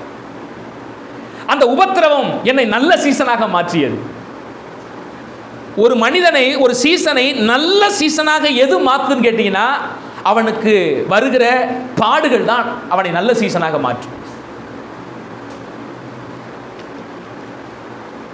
உங்க வாழ்க்கையில எதிர்ப்பு சக்தி, அது உங்க சரீரத்திலே வச்சுக்கங்களேன். உங்க உடம்புக்குள்ள எதிர்ப்பு சக்தி உருவாக்கணும்னா எது உருவாக்கும் தெரியுமா? உங்களுடைய எதிரியாகிய நோய்கள் தான் அதை உருவாக்குமா. டாக்டர்கள் சொல்றாங்க, அம்மை வியாதி போடுவது ரொம்ப நல்லதுங்கிறாங்க. நோய் எதிர்ப்பு சக்தி என்ன செய்யுமா? அதிகமாக இன்க்ரீஸ் பண்ணுமா. அது உங்களுக்கு காமனாக ஃபீவர் வர்றது நல்லதுங்கிறாங்க. நம்ம ஃபீவரை பார்த்தாலே எதிரின்னு நினைக்கிறோம், ஆனால் அந்த ஃபீவர் தான் உங்களுடைய உடம்புக்குள்ள எதிர்ப்பு சக்தியை அதிகமாக உண்டாக்குகிறது. சில சமயங்களில் நாம் எதிரிகள் என்று நினைக்கிறது கூட நம்ம வாழ்க்கையில் நமக்கு அறியாமல் மிகப்பெரிய நன்மைகளை என்ன செய்கிறது, கொண்டு வருகிறது. ஆதலால் தேவன் சில நேரங்களில் எதிரிகளை என்ன செய்கிறாரு, அனுமதிக்கிறார். ஆனால் நாம் என்ன செய்யணும் தெரியுமா? ஆண்டவரை பார்த்து, எனக்கு ஏன் இந்த எதிரிகளை அனுமதிக்கிறீங்க, எனக்கு ஏன் இந்த சூழல், எனக்கு ஏன் இந்த பாடுகள், எனக்கு ஏன் இந்த உபத்திரவம், பல வருஷமாக போராடிட்டு இருக்கேன், இந்த சூழ்நிலையிலிருந்து நான் வெளியே வரணும் அப்படின்ட்டு, ஏன் எனக்கு மட்டும் இது, ஐயோ அந்த சகோதரனுக்கு இல்லையே, இவருக்கு இல்லை, இவங்களுக்கு இல்லை, எனக்கு மட்டும் ஏன் அனுமதிக்கிறீங்க? கர்த்தர் நீங்கள் சரியாக உருவாவதற்கு வரைக்கும் உங்களுக்கு அந்த பாடுகளை நிச்சயமாக கொடுத்து தான் வைப்பார். எப்போ அதெல்லாம் மாறுனா, உங்களை ஒரு விதத்தில் உருவாக்கணும்னு வைப்பார். அந்த உருவாக்குதல் வர்ற வரைக்கும் ஆண்டுடைய வசனம் உங்களை புடமிடும். அந்த புடமிடுதலை நீங்கள் அனுபவிச்சு தான் ஆகணும். எப்போ நீங்கள் அதில் பக்குவப்படுறீங்களோ அப்போ அது மாறும். பக்குவப்படாத வரைக்கும் என்னதான் வரும்? ஹலோ, இப்போது இருக்கிற உங்கள் பிரச்சனையெல்லாம் மாறணும் அப்படின்னா நீங்கள் என்ன செய்யணும்? பக்குவப்படணும். பக்குவப்படலைன்னா, பக்குவப்படாத வரைக்கும் ஆண்டவர் என்ன செய்வார்? அவர் கஷ்டங்களை கொடுத்துக்கிட்டே தான் இருப்பார். பக்குவப்படும் பொழுது அது மாறும். பக்குவப்படலைன்னா அது தொடர்ந்து கொண்டே இருக்கும். எதற்காக தேவன் அவைகளெல்லாம் கடினமான சூழ்நிலைகள் உங்கள் வாழ்க்கையில் அனுமதிக்கிறார் என்றால், உங்களை ஒரு பக்குவத்துக்குள்ளே கொண்டு வருவதற்காகத்தான் ஆண்டவர் அதெல்லாம் அனுமதிக்கிறார். உலகத்திலே விலை மதிக்க முடியாத முத்து அப்படின்னு சொல்லுவாங்க. முத்துக்களுக்கு இந்த உலகத்திலே நல்ல ஒரு வேல்யூபிள் உண்டு. அநேகர் முத்துக்கள் விரும்புவாங்க. வேதாகமத்திலையும் பல முத்துக்களை குறித்து நம்ம என்ன செய்கிறோம்? வாசிக்கிறோம். இந்த முத்துக்கள் எப்படி உருவாகுதுன்னு தெரியுமா? சாதாரண ஒரு சிப்பியிலிருந்து தான் என்ன உருவாகுது? முத்து உருவாகுதான். அந்த சிப்பியை நீங்கள் போய் எடுத்து பார்த்தீங்கன்னா ஒன்றுமே இல்லைங்க, உடச்சி பார்த்தீங்கன்னா கொல கொல கொலன்னு ஒரு சதை இருக்கும், அவ்வளோதான் அந்த சிப்பி. அந்த சிப்பிகளை பார்த்தீங்கன்னா மதிக்கக்கூடிய லெவலுக்கு நல்ல வேல்யூபிளான ஒரு முத்து எப்படி உருவாகுதுன்னு கேட்டிங்கன்னா அதனுடைய உபத்திரவத்தின் மத்தியில் அந்த முத்து உருவாகுதான். சாதாரண சிப்பிக்குள்ளே கொல கொலன்னு இருக்கிற அந்த சதைக்குள்ளே அந்த முத்து உருவாகுது. இயற்கையே அது உருவாக்குது. அப்படி எப்படி உருவாகுதுன்னு தெரியுமா? சில சமயங்களிலே அந்த ஓடு பார்த்தீங்கன்னா அந்த சிப்பிக்குள்ளே இருக்கிற கொல கொலனுக்கு சதை இருக்குது பார்த்தீங்களா? சிப்பிக்குள்ளே இருக்கிற அந்த கொல கொலன்னு சதையை ஒரு ஓடு மூடி இருக்கும். அவ்வப்போது உணவு எடுக்க அந்த சிப்பி என்ன செய்யணும்? அந்த ஓட்டை திறக்கும். ஓட்டை திறக்கும் போது சில மண் துகள்கள் பார்த்தீங்கன்னா சிப்பிக்குள் உள்ளே போயிருமா. சம்டைம் ரொம்ப கவனமாக தான் இருக்கும். ஆனால் சில சமயங்களில் அந்த மண் துகள் உள்ளே போகும்போது அந்த மண் துகள் உள்ளே போய் அந்த கொல கொலன்னு இருக்கிற சதையில் போய் பட்ட உடனே அது அப்படியே என்ன செய்யும்? ரண வேதனைப்படும். அந்த மண்ணை என்ன செய்யணும்? தன் உடலிலிருந்து பாதுகாக்கணும். அந்த மண் வந்து தனக்கு ஒரு வலியை கொடுக்குது, வேதனையை கொடுக்குது. அப்போ அதை தடுத்து கவர் பண்ணணும்னு சொல்லிட்டு உள்ள ஒரு ரியாக்ஷன் நடக்குது. ஒரு திரவத்தை தானாக அந்த சிப்பி என்ன செய்யணும்னா சுரக்குது. சுரக்கும் போது அந்த மண்ணை என்ன செய்யணும்னா அந்த திரவம் மூடுது. மூடி கொஞ்சம் கொஞ்சமாக பார்த்தீங்கன்னா உருண்டையாக பாலிஷாக உருவாகுது. இதுதான் முத்து. ஒரு முத்து எப்படி உருவாகுதுன்னு கேட்டிங்கன்னா உபத்திரவத்தின் மத்தியில் தான் அந்த முத்து உருவாகுது. இது மாதிரி நம்முடைய வாழ்க்கையில் முத்தாக விலை மதிக்க முடியாத முத்தாக நம்ம வாழ்க்கை மாறணும்னா அந்த மாற்றம் எங்கே நடக்குது, எந்த சூழ்நிலையிலே நடக்குது அப்படின்னு கேட்டிங்கன்னா அது உபத்திரவத்தின் பாதையில் தான் நடக்குது. அந்த சிப்பியை யோசிச்சு பாருங்களேன், துடிச்சிருக்கும். எதுக்கு என் வாழ்க்கையில் மட்டும் இப்படி நடக்குது? எவ்வளவு மீன்கள் இங்கே அழகாக சுற்றிக்கிட்டு இருக்குது, நண்டுகள் சுற்றிக்கிட்டு இருக்குது, கடவுள் படைச்ச உயிரினங்கள்லாம் சுற்றிட்டு இருக்கு. என்னைய மட்டும் இப்படி கடவுள் படைச்சிட்டாரு, இந்த மாதிரி ஒரு கஷ்ட நிலைமைக்குள்ளே போக படைச்சிட்டாரு அப்படின்னு அது யோசிக்கும். தேவனை சார்ந்து தேவனை நம்பி அவரையே நம்பிக்கையாக கொண்டிருக்கிற மனிதனுடைய வாழ்க்கையிலும் நிறைய பிரச்சனைகள், போராட்டங்கள், உபத்திரவங்கள்லாம் வருது தான். ஆனால் எதுக்காக அதெல்லாம் வருதுன்னா உங்கள் வாழ்க்கையை மதிக்கத்தக்க முத்துவாக மாற்ற வேண்டும் என்றால் அந்த உபத்திரவத்தின் பாதை உங்களுக்கு அவசியம்தான். சில சமயங்களில் ஏன் அதை கொடுக்குறாரு, எதுக்கு கொடுக்குறாரு, இதெல்லாம் உங்களுக்கு தெரியாமல் கூட இருக்கும். ஏன் நம்ம இந்த பாதையில் போய்கிட்டு இருக்கிறோம் தெரியாது. ஆனால் தெரியாத வழிகளிலும் அறியாத பாதைகளிலும் உங்களை கரம் பிடித்து நடத்துகிறவர் யாரு? தேவன். மறந்துடாதீங்க. அதெல்லாம் ஒரு நோக்கத்தோடு ஒரு திட்டத்தோடு தான் அந்த பாதையில கர்த்தர் உங்களை நடத்திக்கிட்டு இருக்கிறாருங்கிறத புரிஞ்சுக்கிறீங்க. இது புரிஞ்சுக்கிட்டீங்கன்னா நம்ம முறுமுறுக்க மாட்டோம், புலம்ப மாட்டோம். ஏன் என் லைஃப்பில் மட்டும் இதெல்லாம் நடக்குது அப்படின்னு துவண்டு போயிட மாட்டோம். பல சமயங்களில் ஆவிக்குரிய வாழ்க்கை நமக்கு முடங்கி போவதற்கு காரணம் என்ன? ஆவிக்குரிய வாழ்க்கையில் ஒரு இன்ட்ரெஸ்ட் இல்லாமல் இருக்கிற காரியம் என்னன்னு கேட்டிங்கன்னா நம்ம வாழ்க்கையில் இருக்கிற பல புரியாத பாதைகள், நம்ம வாழ்க்கையில் நடக்கிற பலவிதமான சூழ்நிலைகள், இவைகள் எல்லாம் பார்த்தீங்கன்னா மண்டையில் போட்டு நம்மளை குழப்பிக்கிட்டு இருக்கோம். ஆனால் இதுக்கெல்லாம் ஒரே ஒரு சொல்யூஷன் தான். உங்களுக்கு என்ன நடக்குதுன்னு தெரியாது, ஒன்று செய்யுங்க, ஆண்டுடைய கரத்தை பிடிச்சிட்டு நடந்துக்கிட்டே இருங்க. லைஃப்பை அவர் கரத்தில் பிடிச்சிட்டு போயிட்டே இருங்க உங்கள் பாதையை நோக்கி. அவர் தான் உங்களுக்கு வழிகாட்டுகிறவர், அவர் தான் உங்கள் கோணலான வழிகளை செவ்வையாக்குகிறவர், அவர் தான் உங்கள் இருளை வெளிச்சமாக்குகிறவர். அவர் கரத்தை பிடிச்சிக்க. போகிற இடம் தெரியாமல் இருந்தாலும் பரவாயில்ல. வாசிக்கலாம். யாத்திராகமத்தின் புத்தகம் 14ஆம் அதிகாரம் 13லிருந்து 14வது வசனத்தை நம்ம வாசிக்கிறோம். அந்த வசனங்களை வாசிக்கிறோம். நல்ல கவனிங்க. அப்பொழுது மோசே ஜனங்களை நோக்கி பயப்படாதிருங்கள்,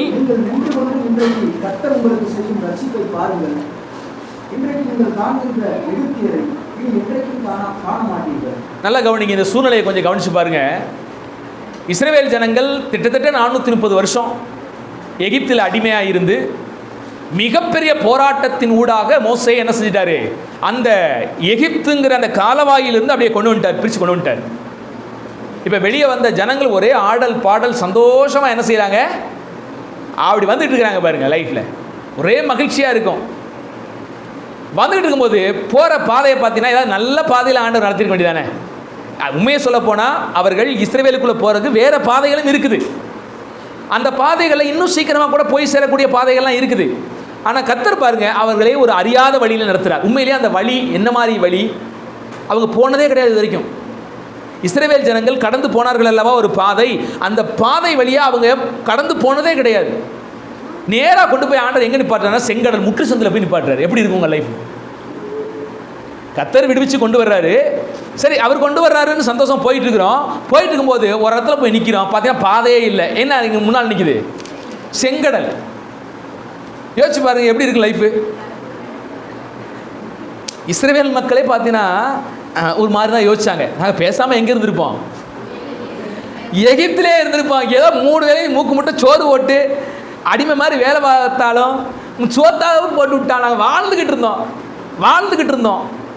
செங்கடலில் கொண்டு வந்து எங்களை சாகடிக்கவா கொண்டு வந்த அப்படின்னு என்ன செய்கிறாங்க இஸ்ரவேல் மக்கள்லாம்? மோசையை பார்த்து இப்படி பார்க்குறாங்க. அட பாதி, அங்கேருந்து கொண்டு வந்து கடைசியில் முட்டுச்சந்தில் கொண்டு வந்துட்டியே. கொஞ்ச நேரம் கூட நிம்மதியாக இருக்க முடியல. போகிற பாதையிலையும் செங்கடல், பின்னாலேயாவது ஏதாவது திரும்பி போகாத வழி இருக்குமான்னு பார்த்தா பின்னாலேயும் படையோடு வர்றான். யார்? பார்வோன்.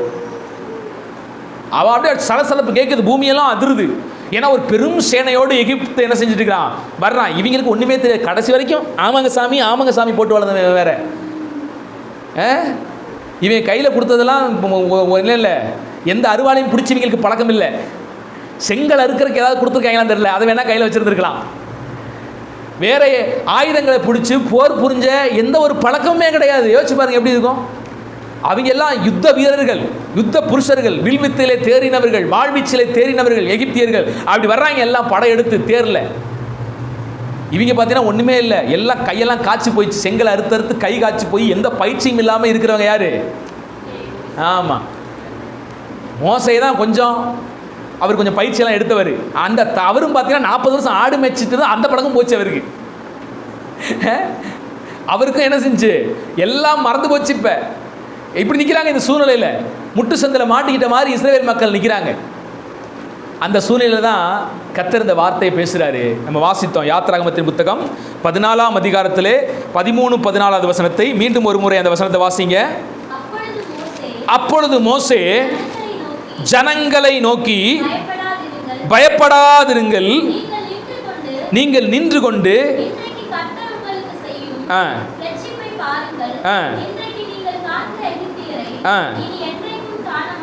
இனி என்றைக்கும் காண மாட்டீர்கள் என்று கர்த்தர் என்ன செய்கிறாரு?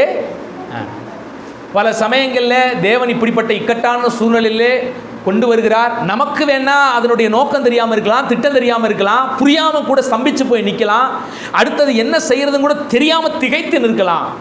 ஆனால் கர்த்தருக்கு எல்லாத்துக்கும் என்ன இருக்குது? ஒரு திட்டம். உங்களை கொண்டு வந்து செங்கடல்ல நிப்பாட்டி இருக்கிறாருன்னா செத்து போயிடுவோம், அவ்வளோதான், நம்ம வாழ்க்கை முடிஞ்சு போக போகுது அப்படிங்கிற ஒரு சந்தர்ப்பத்துக்குள்ள கொண்டு வந்து நிப்பாட்டினாலும் அதன் மத்தியிலும் தேவனுக்கு ஒரு திட்டம் இருக்கும். நம்ம எல்லாருக்கும் தெரியும். அதுக்கப்புறம் ஆண்டவர் என்ன செஞ்சார்? மோசையின் கோலை வச்சு செங்கடலை 2ஆ பிளந்து அழகாக என்ன செஞ்சிட்டாரு? ஆண்டவர் நடத்தி கொண்டு போயிட்டாரு. அதே செங்கடலுக்குள்ளே வச்சு பார்வோனையும் பார்வோனுடைய சேனைக்கும் சமாதியை கட்டி அங்கேயே ஒரு கல்லறையை வச்சுட்டு ஆண்டவர் என்ன செஞ்சிட்டாரு? அழகாக கொண்டு போயிட்டார். ஆனால் அந்த ஒரு குறிப்பிட்ட சூழ்நிலையிலே இஸ்ரவேல் மக்களுக்கு செங்கடல் பிளக்கும் அப்படிங்கிறது கனவுல கூட நினச்சிருக்க மாட்டாங்க. உண்மை தானே? நீ யோசிச்சு பாருங்களேன், செங்கடல் பிளக்கணும் அவங்க நினச்சி பார்த்துருப்பாங்களா? இன்றைக்கி கூட நமக்கு இப்போ இருக்கிற சில சூழ்நிலைகள் பார்த்தீங்கன்னா நிறையா சினிமா படமெல்லாம் எடுக்கிறாங்க, அப்படி தானே? அனிமேஷன் நிறையா வந்துருச்சு. இயற்கைக்கு அப்பாற்பட்ட காட்சிகளெல்லாம் நம்ம என்ன செஞ்சுட்டு இருக்கிறோம்? பார்க்குறோம், நிறைய உருவங்களை பார்க்குறோம், என்னென்னமோ பார்த்துக்கிட்டு இருக்கிறோம். ஆனால் அந்த நாட்கள் அது கூட கிடையாது. அவங்க நினச்சி கூட பார்த்துருக்க மாட்டாங்க. செங்கடல் பிளந்தப்போ அவங்க மனநிலைமை எப்படி இருந்து யோசிச்சு பாருங்களேன். நினச்சி கூட ஒரு பார்த்துருக்காத சந்தர்ப்பம். ஆனால் கர்த்தர் வழி திறக்கிறார். அப்போ தேவன் எல்லாவற்றையும் அறிந்திருக்கிறார். நமக்கு ஒன்றுமே புரியாது. பல சமயங்களில் செங்கடல் பக்கத்தில் வந்து இஸ்ரவேல் ஜனங்கள் என்ன மனநிலைமையிலே இருந்தாங்களோ அதுபோல தான் நம்ம எல்லாருடைய மனநிலைமையும் நம்ம சோதனையின் மத்தியிலே, நம்ம போராட்டத்தின் மத்தியில், நம்ம பிரச்சனையின் மத்தியில் இருக்கிறது. ஆனால் கர்த்தர் அந்த பிரச்சனையும் தாண்டி வழி நடத்தக்கூடிய பிளான் யார்கிட்ட இருக்குது? அவர்கிட்ட இருக்குது. நமக்கு புரியாது. அப்போ புரியாது இருக்கிற நாம் என்ன செய்யணும்னு கர்த்தரை எதிர்பார்க்கிறாரு தெரியுமா? அவரை சார்ந்துக்கிட்டு அவர் மேலே நம்பிக்கையாக கடைசி வரைக்கும் இருக்கணும் தான் கர்த்தரை எதிர்பார்க்கிறார். முறுமுறுப்பு பண்ணி பிரச்சனை பண்ணி ஒரு நன்மையை ஆண்டவற்றிலிருந்து பெறுவதை காட்டிலும் ஆண்டவர் மேலே நம்பிக்கையாக இருந்து பெறுகிற ஆசீர்வாதத்தின் மேலே தான் ஆண்டவர் என்ன செய்கிறாரு? விரும்புகிற தேவனாக இருக்கிறார். ஆனால் நம்ம பல சமயங்கள் எல்லாம் பார்த்தீங்கன்னா இருதயத்தை முறுமுறுக்க ஆரம்பிச்சு விட்ருவோம். எதுக்கு இந்த பிரச்சனை? ஏன் இந்த பிரச்சனை? சபைக்கு போகிறோமே, ஜெபம் பண்ணுறோமே, என்ன நடந்துச்சு, என்ன விழிப்பு நடந்துச்சு, என்ன பிரச்சனை மாறுனுச்சு, என்ன போராட்டம் மாறுனுச்சு, எல்லாம் இருக்கத்தானையா செய்யுது. என்ன போய் தேடி என்ன பண்ணுறது? அப்புறம் கொஞ்ச நாளுக்கு அப்புறம் ஒரு சில வருஷங்கள் கடந்து போனப்போ கடந்து வந்த பாதைகளை திரும்பி பார்ப்போம். நம்ம லைஃப்லலாம் என்ன பார்க்குறோம் அப்படின்னு கேட்டிங்கன்னா, இஸ்ரவேல் மக்கள் என்ன செஞ்சாங்களோ அது மாதிரி தான் நம்ம லைஃப்பும். முறுமுறுத்துறது, போராட்ட பிரச்சனைகள் மத்தியில் என்ன ஆண்டவர் எங்கே இருக்கிறாருன்னு தெரியலையே, எல்லா சந்தேகமும் படுறது. சில வருஷங்களுக்கு அப்புறம் தேவன் அவைகள்லாம் கடந்து வர செய்து நம்ம வாழ்க்கையில் ஒரு நன்மையை கொடுக்கும்போது திரும்பி பார்த்து அப்போ வேணா ஒரு பாட்டு பாடிட்டு இருக்கோம் ஆறுதலாக. கடந்து வந்த பாதைகளை திரும்பி பார்க்கிறே கண்ணீரோடு கர்த்தாவே. அதுக்கப்புறம் திரும்பி பார்த்து கர்த்தருக்கு நன்றி செலுத்துவதை விட முன்பாகவே கர்த்தருக்கு என்ன செய்யணும்? நீங்கள் ஆண்டவரே இந்த சூழ்நிலையிலே எனக்கு ஒரு வழி திறக்க நீ போதுமானவராக இருப்பீர், நிச்சயமாக இதை நான் தாண்டி வருவேன், இந்த சூழ்நிலைகளை நான் தாண்டி வருவேன், இந்த பிரச்சனைகளை தாண்டி வருவேன். ஒருவேளை தாண்டி வராமல் போனாலும் பரவாயில்ல, உங்களை விட்டு நான் போக மாட்டேன்னு பிடிச்சிக்கிறேன். பார்த்தீங்களா, அது எவ்வளோ சிறப்பானதாக இருக்கும்.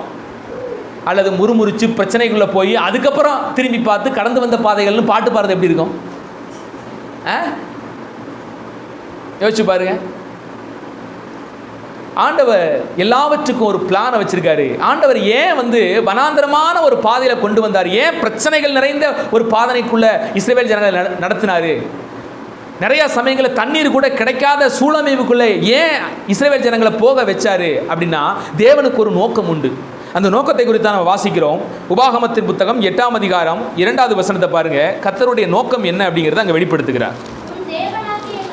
உன் தேவனாகிய கர்த்தர், நல்லா கவனிங்க, உன்னை சிறுமைப்படுத்தும் படிக்கும் தம்முடைய கட்டளைகளை நீ கைக்கொள்வாயோ கைக்கொள்ள மாட்டாயோ என்று அவர் உன்னை சோதித்து. யார் அறியும்படிக்கு? இந்த வசனத்தை கவனிங்க. உன் இருதயத்தில் உள்ளதை அவர் அறியும்படிக்கு இல்லை, உன் இருதயத்தில் உள்ளதை. அப்படின்னா என்ன அர்த்தம்? நிறைய சமயம் நம்ம இருதயத்தில் உள்ளதை நமக்கே தெரிய மாட்டேங்குது. நாம் யார், எவ்வளவு பலவீனமானவர்கள், எவ்வளவு குறைவுள்ளவர்கள் என்பதை நமக்கே தெரிய மாட்டேங்குது. ஆனால் வாய் பேச்சு மட்டும் நல்லா பேசுவோம். யார் மாதிரி? பீட்டர் மாதிரி பீட்டர் விடுவோம் நல்லா. பீட்டர் விட்டுறதை பார்த்தீங்களா? ஆண்டவர் சொல்கிறாரு, இன்று ராத்திரியிலே நீ என்னை 3 தரம் மறுதலிப்பாய். உடனே பேதுரு பயங்கர விசுவாசத்தோடு என்ன சொல்கிறாரு? இந்த பாருங்க ஆண்டவரே, இந்த சுற்றி நிற்கிறாங்க இல்லை பசங்கள்லாம், இவங்கெல்லாம் விட்டுட்டு ஓடினால் கூட நான் என்ன செய்ய மாட்டேன், வாழ்விலும் சாவிலும் உண்மை பின்பற்றுவேன். நீங்கள் என்ன தீர்க்க தரிசனமாக நான் உங்களை விட்டுட்டு ஓடிடுவேன்னு சொல்கிறது? நான்லாம் ஓட மாட்டேன், நல்லா பாருங்க அப்படின்னாரு. கரெக்டாக தலைவர் போனார், அங்கே போய் குளிர் காஞ்சிட்டு இருந்தார். டேய், உன்னை பார்க்கும்போது அங்கே இயேசுநாதர் கூட சுற்றுற ஆள் மாதிரி, எங்கே ஆமான்னு சொன்னால் சிறுவையில் நம்மளையும் கொண்டு போய் அரைஞ்சிருவாங்களோ அப்படின்னு பயந்துக்கிட்டு தலைவர் என்ன பண்ண ஆரம்பிச்சிட்டாரு? எனக்கு தெரியாது. யார் இது? இயேசுவா? ஆமாம், நானும் அவரை அன்றைக்கி கேள்விப்பட்டேன், ஏதோ ஊருக்குள்ளே பிரசங்கம் பண்ணிட்டு இருந்தால. அவருக்குலாம் தெரியாதுங்க, நான் அவர் கூட இல்லை, நீங்கள் வேறு யாரோன்னு நினச்சிட்டு சொல்லிகிட்டு இருக்கீங்க போல. அப்படியா தம்பி? இல்லையே அப்படின்னு நினைவு போயிட்டார். கொஞ்ச நேரம் கழிச்சு அங்கே ஒரு வேலையை பண்ணிட்டு இருக்காரு, நல்லா குளிர் காஞ்சி எல்லாம் பண்ணிட்டு இருக்கும்போது ஒரு அம்மா பார்த்துட்டு சொல்லுது, உன் பேச்சு அந்த ஆள் கூட இருந்த மாதிரி தெரியுது அப்படின்னு. அந்த ஆள் எனக்கு தெரியவே தெரியாது, அவன் எவனோ கண்டவன் கூடலாம் என்ன நினச்சி வச்சுட்டு பேசாதீங்க. அந்த வார்த்தை சொல்லுது, அவர் என்ன சொல்ல சபிக்கவும் நிந்திக்கவும் தொடங்கினார். யாரு? வாழ்விலும் சாவிலும் இவர்கள் எல்லாரும் ஓடி போனாலும் நான் எப்படி நிற்பேன்? நம்மெல்லாம் பல சமயங்களில் பேதுரு மாதிரிதான். நம்ம மட்டும் என்ன லட்சணமா? எத்தனை சமயத்தில் ஆண்டவரே நாங்கள் உண்மையாக இருப்போம், அப்படி இருப்போம், இப்படி இருப்போம் அப்படின்னு பேசிவிட்டு அப்புறம் சில மாதங்கள்லேயே நம்ம என்ன செய்வோம்? பழைய குருடி கதவை திருடின்னு மறுபடியும் தேஞ்சு போன அந்த வாழ்க்கைக்குள்ளே போவோம். அப்புறம் கொஞ்சம் நாளுக்கு அப்புறம் ஆண்டவர் பேசுவார், அப்புறம் ஆண்டவர்கிட்ட என்ன செய்வோம்? இதுதான் நம்ம பிழப்பம், பேதுரு பிழப்பம் அதுதான். நம்ம பலவீனம் நமக்கே தெரியலை, நாம் எப்படிப்பட்டவங்க நமக்கு புரியாமல் பெரிய விசுவாச வீரன் மாதிரி நம்ம பல சமயங்களில் பேசுவோம், நடந்துக்கிறோம். ஆனால் கர்த்தர் பல சமயங்களில் நீங்கள் யார் என்பதை உங்களுக்கு ஆண்டவர் என்ன செய்கிறாரு?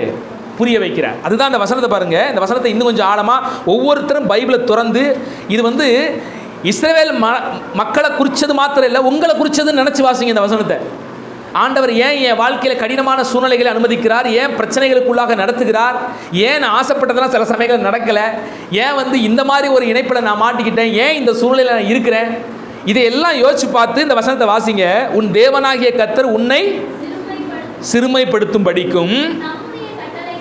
இந்த சிறுமைப்படுத்தும் படிக்கனா என்ன அர்த்தம்னா, நீங்கள் தாழ்மையாக மாறுற படிக்கு. இந்த வார்த்தையை கவனிக்கணும். இந்த வார்த்தை ஏதோ உங்களை சிறுமைப்படுத்துறது இல்லை, நீங்கள் தாழ்மையுள்ளவர்களாக மாறும்படிக்கு. ஏன்னா அதுதானே முக்கியம். மனுக்குலமே எதில் விழுந்து போய் கிடக்குது?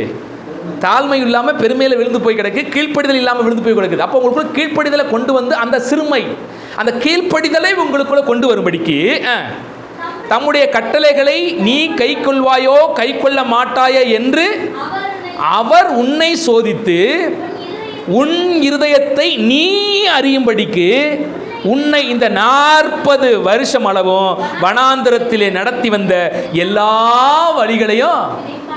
இதுக்கு தான் ஆண்டவர் இந்த வனாந்திரமான வழியிலே இஸ்ரவேல் ஜனங்களை நடத்தினார். என்னென்ன காரணத்துக்காக?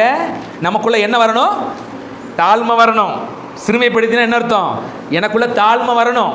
அடுத்து தேவனுடைய கட்டளைகளை நீ கை கொள்வாயா கை கொள்ள மாட்டாயா என்பது நாம் அறியணும். அதுக்கப்புறம்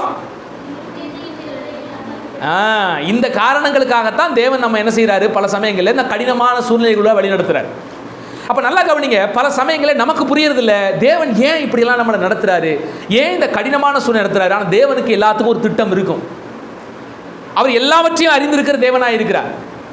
அப்போ இரண்டாவது குறிப்பாக ஏன் தேவன் நம்மை வனாந்திரத்திலே வழி நடத்துகிறார் என்றால், நாம் நம்மை அறிந்து கொள்ளும்படி வனாந்திரமான பாதைகளிலே தேவன் நம்ம என்ன செய்கிறாரு?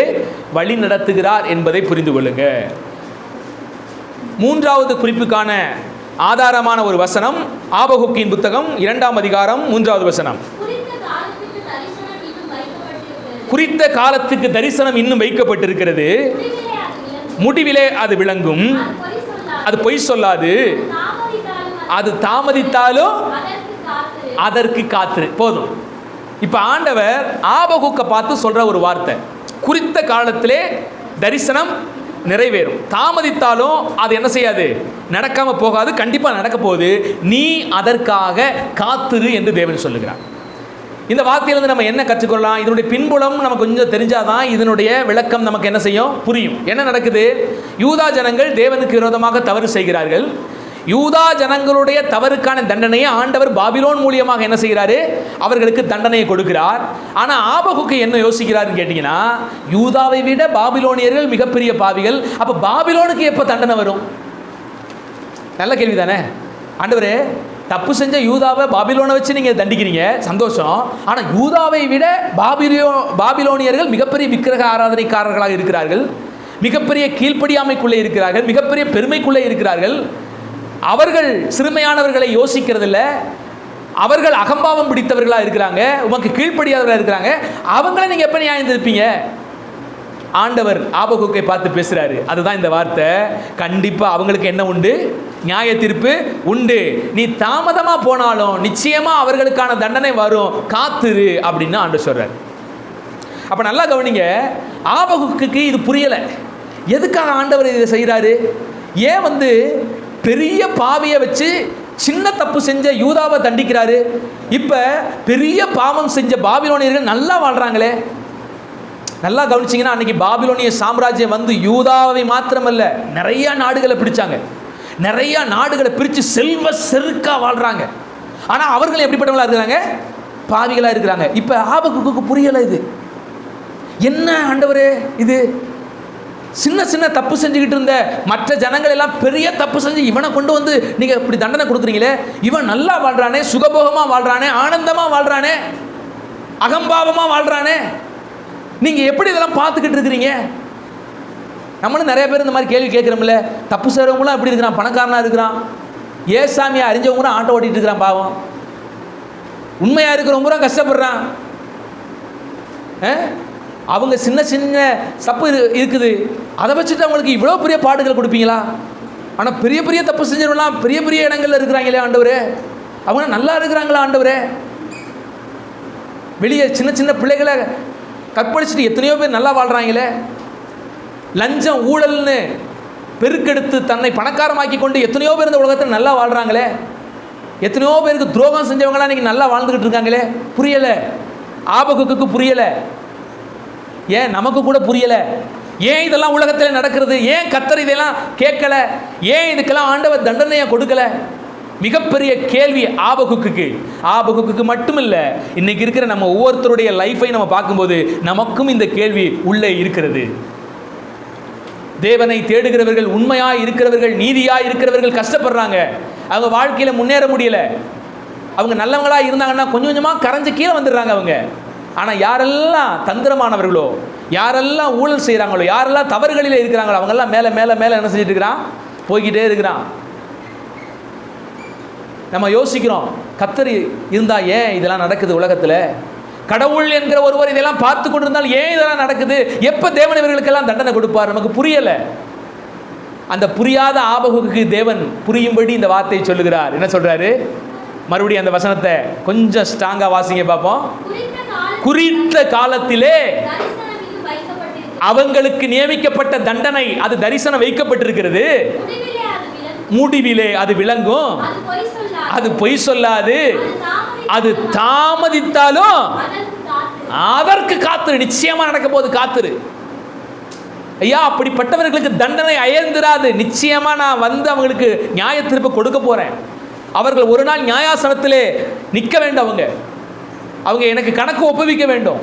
அவர்கள் செய்கிற ஒவ்வொரு தப்பிதத்துக்கும் வேண்டிய தண்டனையை அவர் வாழ்க்கையில் பெற்றாக வேண்டும். ஆனால் கொஞ்சம் காத்திரு. நான் இந்த காத்திருக்கிறதின் நாளையும் சில காரணத்துக்காக தான் வச்சிருக்கிறேன். உடனே ஏன் அவங்களுக்கு தண்டனை கொடுக்கல? அதுக்கு ஒரு காரணம் இருக்குது.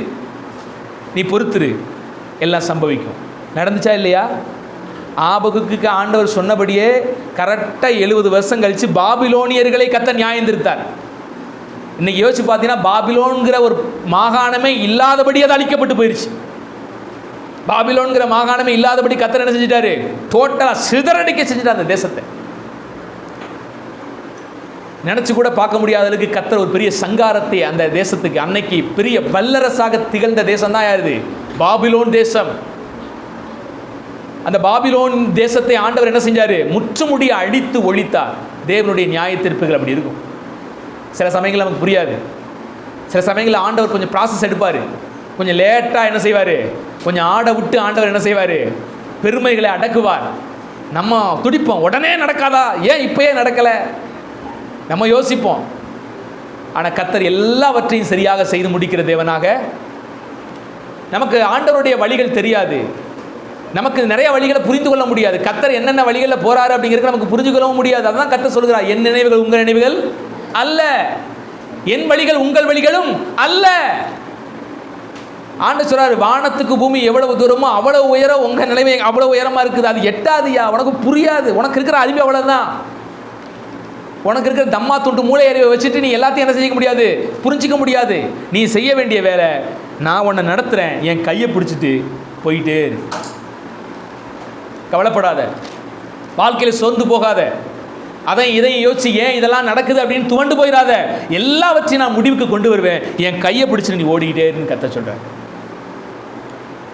ஆபிரகாமுடைய வாழ்க்கையில் பார்க்கிறோம், ஆண்டவர் அவனுக்கு தரிசனமாய் வந்துட்டாரு. தரிசனமாகி சொல்லிட்டாரு, நான் ஒரு தேசத்தை உனக்கு தரப்போகிறேன், நீ எழும்பி என்ன செய்ய, உன் இனத்தை விட்டு, உன் தேசத்தை விட்டு, உன் அப்பா அம்மா விட்டு, எல்லாத்தையும் விட்டு கிளம்பி போயிரு அப்படின்ட்டு. நான் போகிற தேசம் எங்கன்னே தெரியாம ஆபிரகாம் நடந்து போறாரு. அவரு இது யோசிச்சு பாருங்களேன். இது எப்படின்னா, இது என்னால் யோசிக்கவே முடியலைங்க இந்த வார்த்தையை. இப்போ கர்த்தர் உங்களுக்கு வந்து நீ இந்த தேசத்துக்கு போ அப்படின்னா நீங்கள் என்ன செய்வீங்க? வெளிநாட்டுக்கு போனால் கூட பாஸ்போர்ட்லாம் எடுத்து இங்கே போக போகிறோம், இன்ன வேலைக்கு போக போகிறோம், எல்லாத்தையும் இங்கேயே திட்டமிட்டு தான் போவீங்க, அப்படி தானே? எந்த பிளான் இல்லை. நீ எந்திரிச்சு உன் இடத்த விட்டு போடா அப்படின்ட்டார் ஆண்டவர். இந்த திசையை நோக்கி நடந்துக்கிட்டே இரு அப்படின்ட்டார். நீ கால் மிதிக்கிற தேசத்தை உனக்கு தருவேன், உனக்கு சொந்தமாக தருவேன்ட்டாரு. எங்கே போகிறோம், ஏது போகிறோம், எதுவுமே தெரியாது. இந்த வசனத்தை வாசிக்கலாம். எபிரேயரின் புத்தகம் 11ஆம் அதிகாரத்தில் 8ஆம் வசனத்தை வாசியுங்கள். நல்லா கவனிங்க. விசுவாசத்தினாலே ஆபிரகாம் தான் சுதந்திரிக்க போகிற இடத்திற்கு போகும்படி அழைக்கப்பட்ட போது கீழ்ப்படிந்து, அந்த வசனத்தை கவனிங்க, தான் போகும் இடம் இன்னதென்று அறியாமல். எந்த இடம், அந்த இடம் எப்படி இருக்கும், அங்கே ஏதாவது நமக்கு ஆபத்து இருக்குமா, எதுவுமே தெரியல. கர்த்தர் சொல்லிட்டாரு, கீழ்ப்படிஞ்சு என்ன செஞ்சிட்டாரு? போயிட்டே இருந்தார். நாமெல்லாம் யோசிப்போம், இதெல்லாம் வந்து சரி கிடையாது. ஆனால் அப்படி நம்பி போன ஆபிரகாம் பிழைச்சாரா பிழைக்கலையா? ஆண்டவர் சொன்னபடி அந்த தேசத்தை அவருக்கு கொடுத்தாரா கொடுக்கலையா?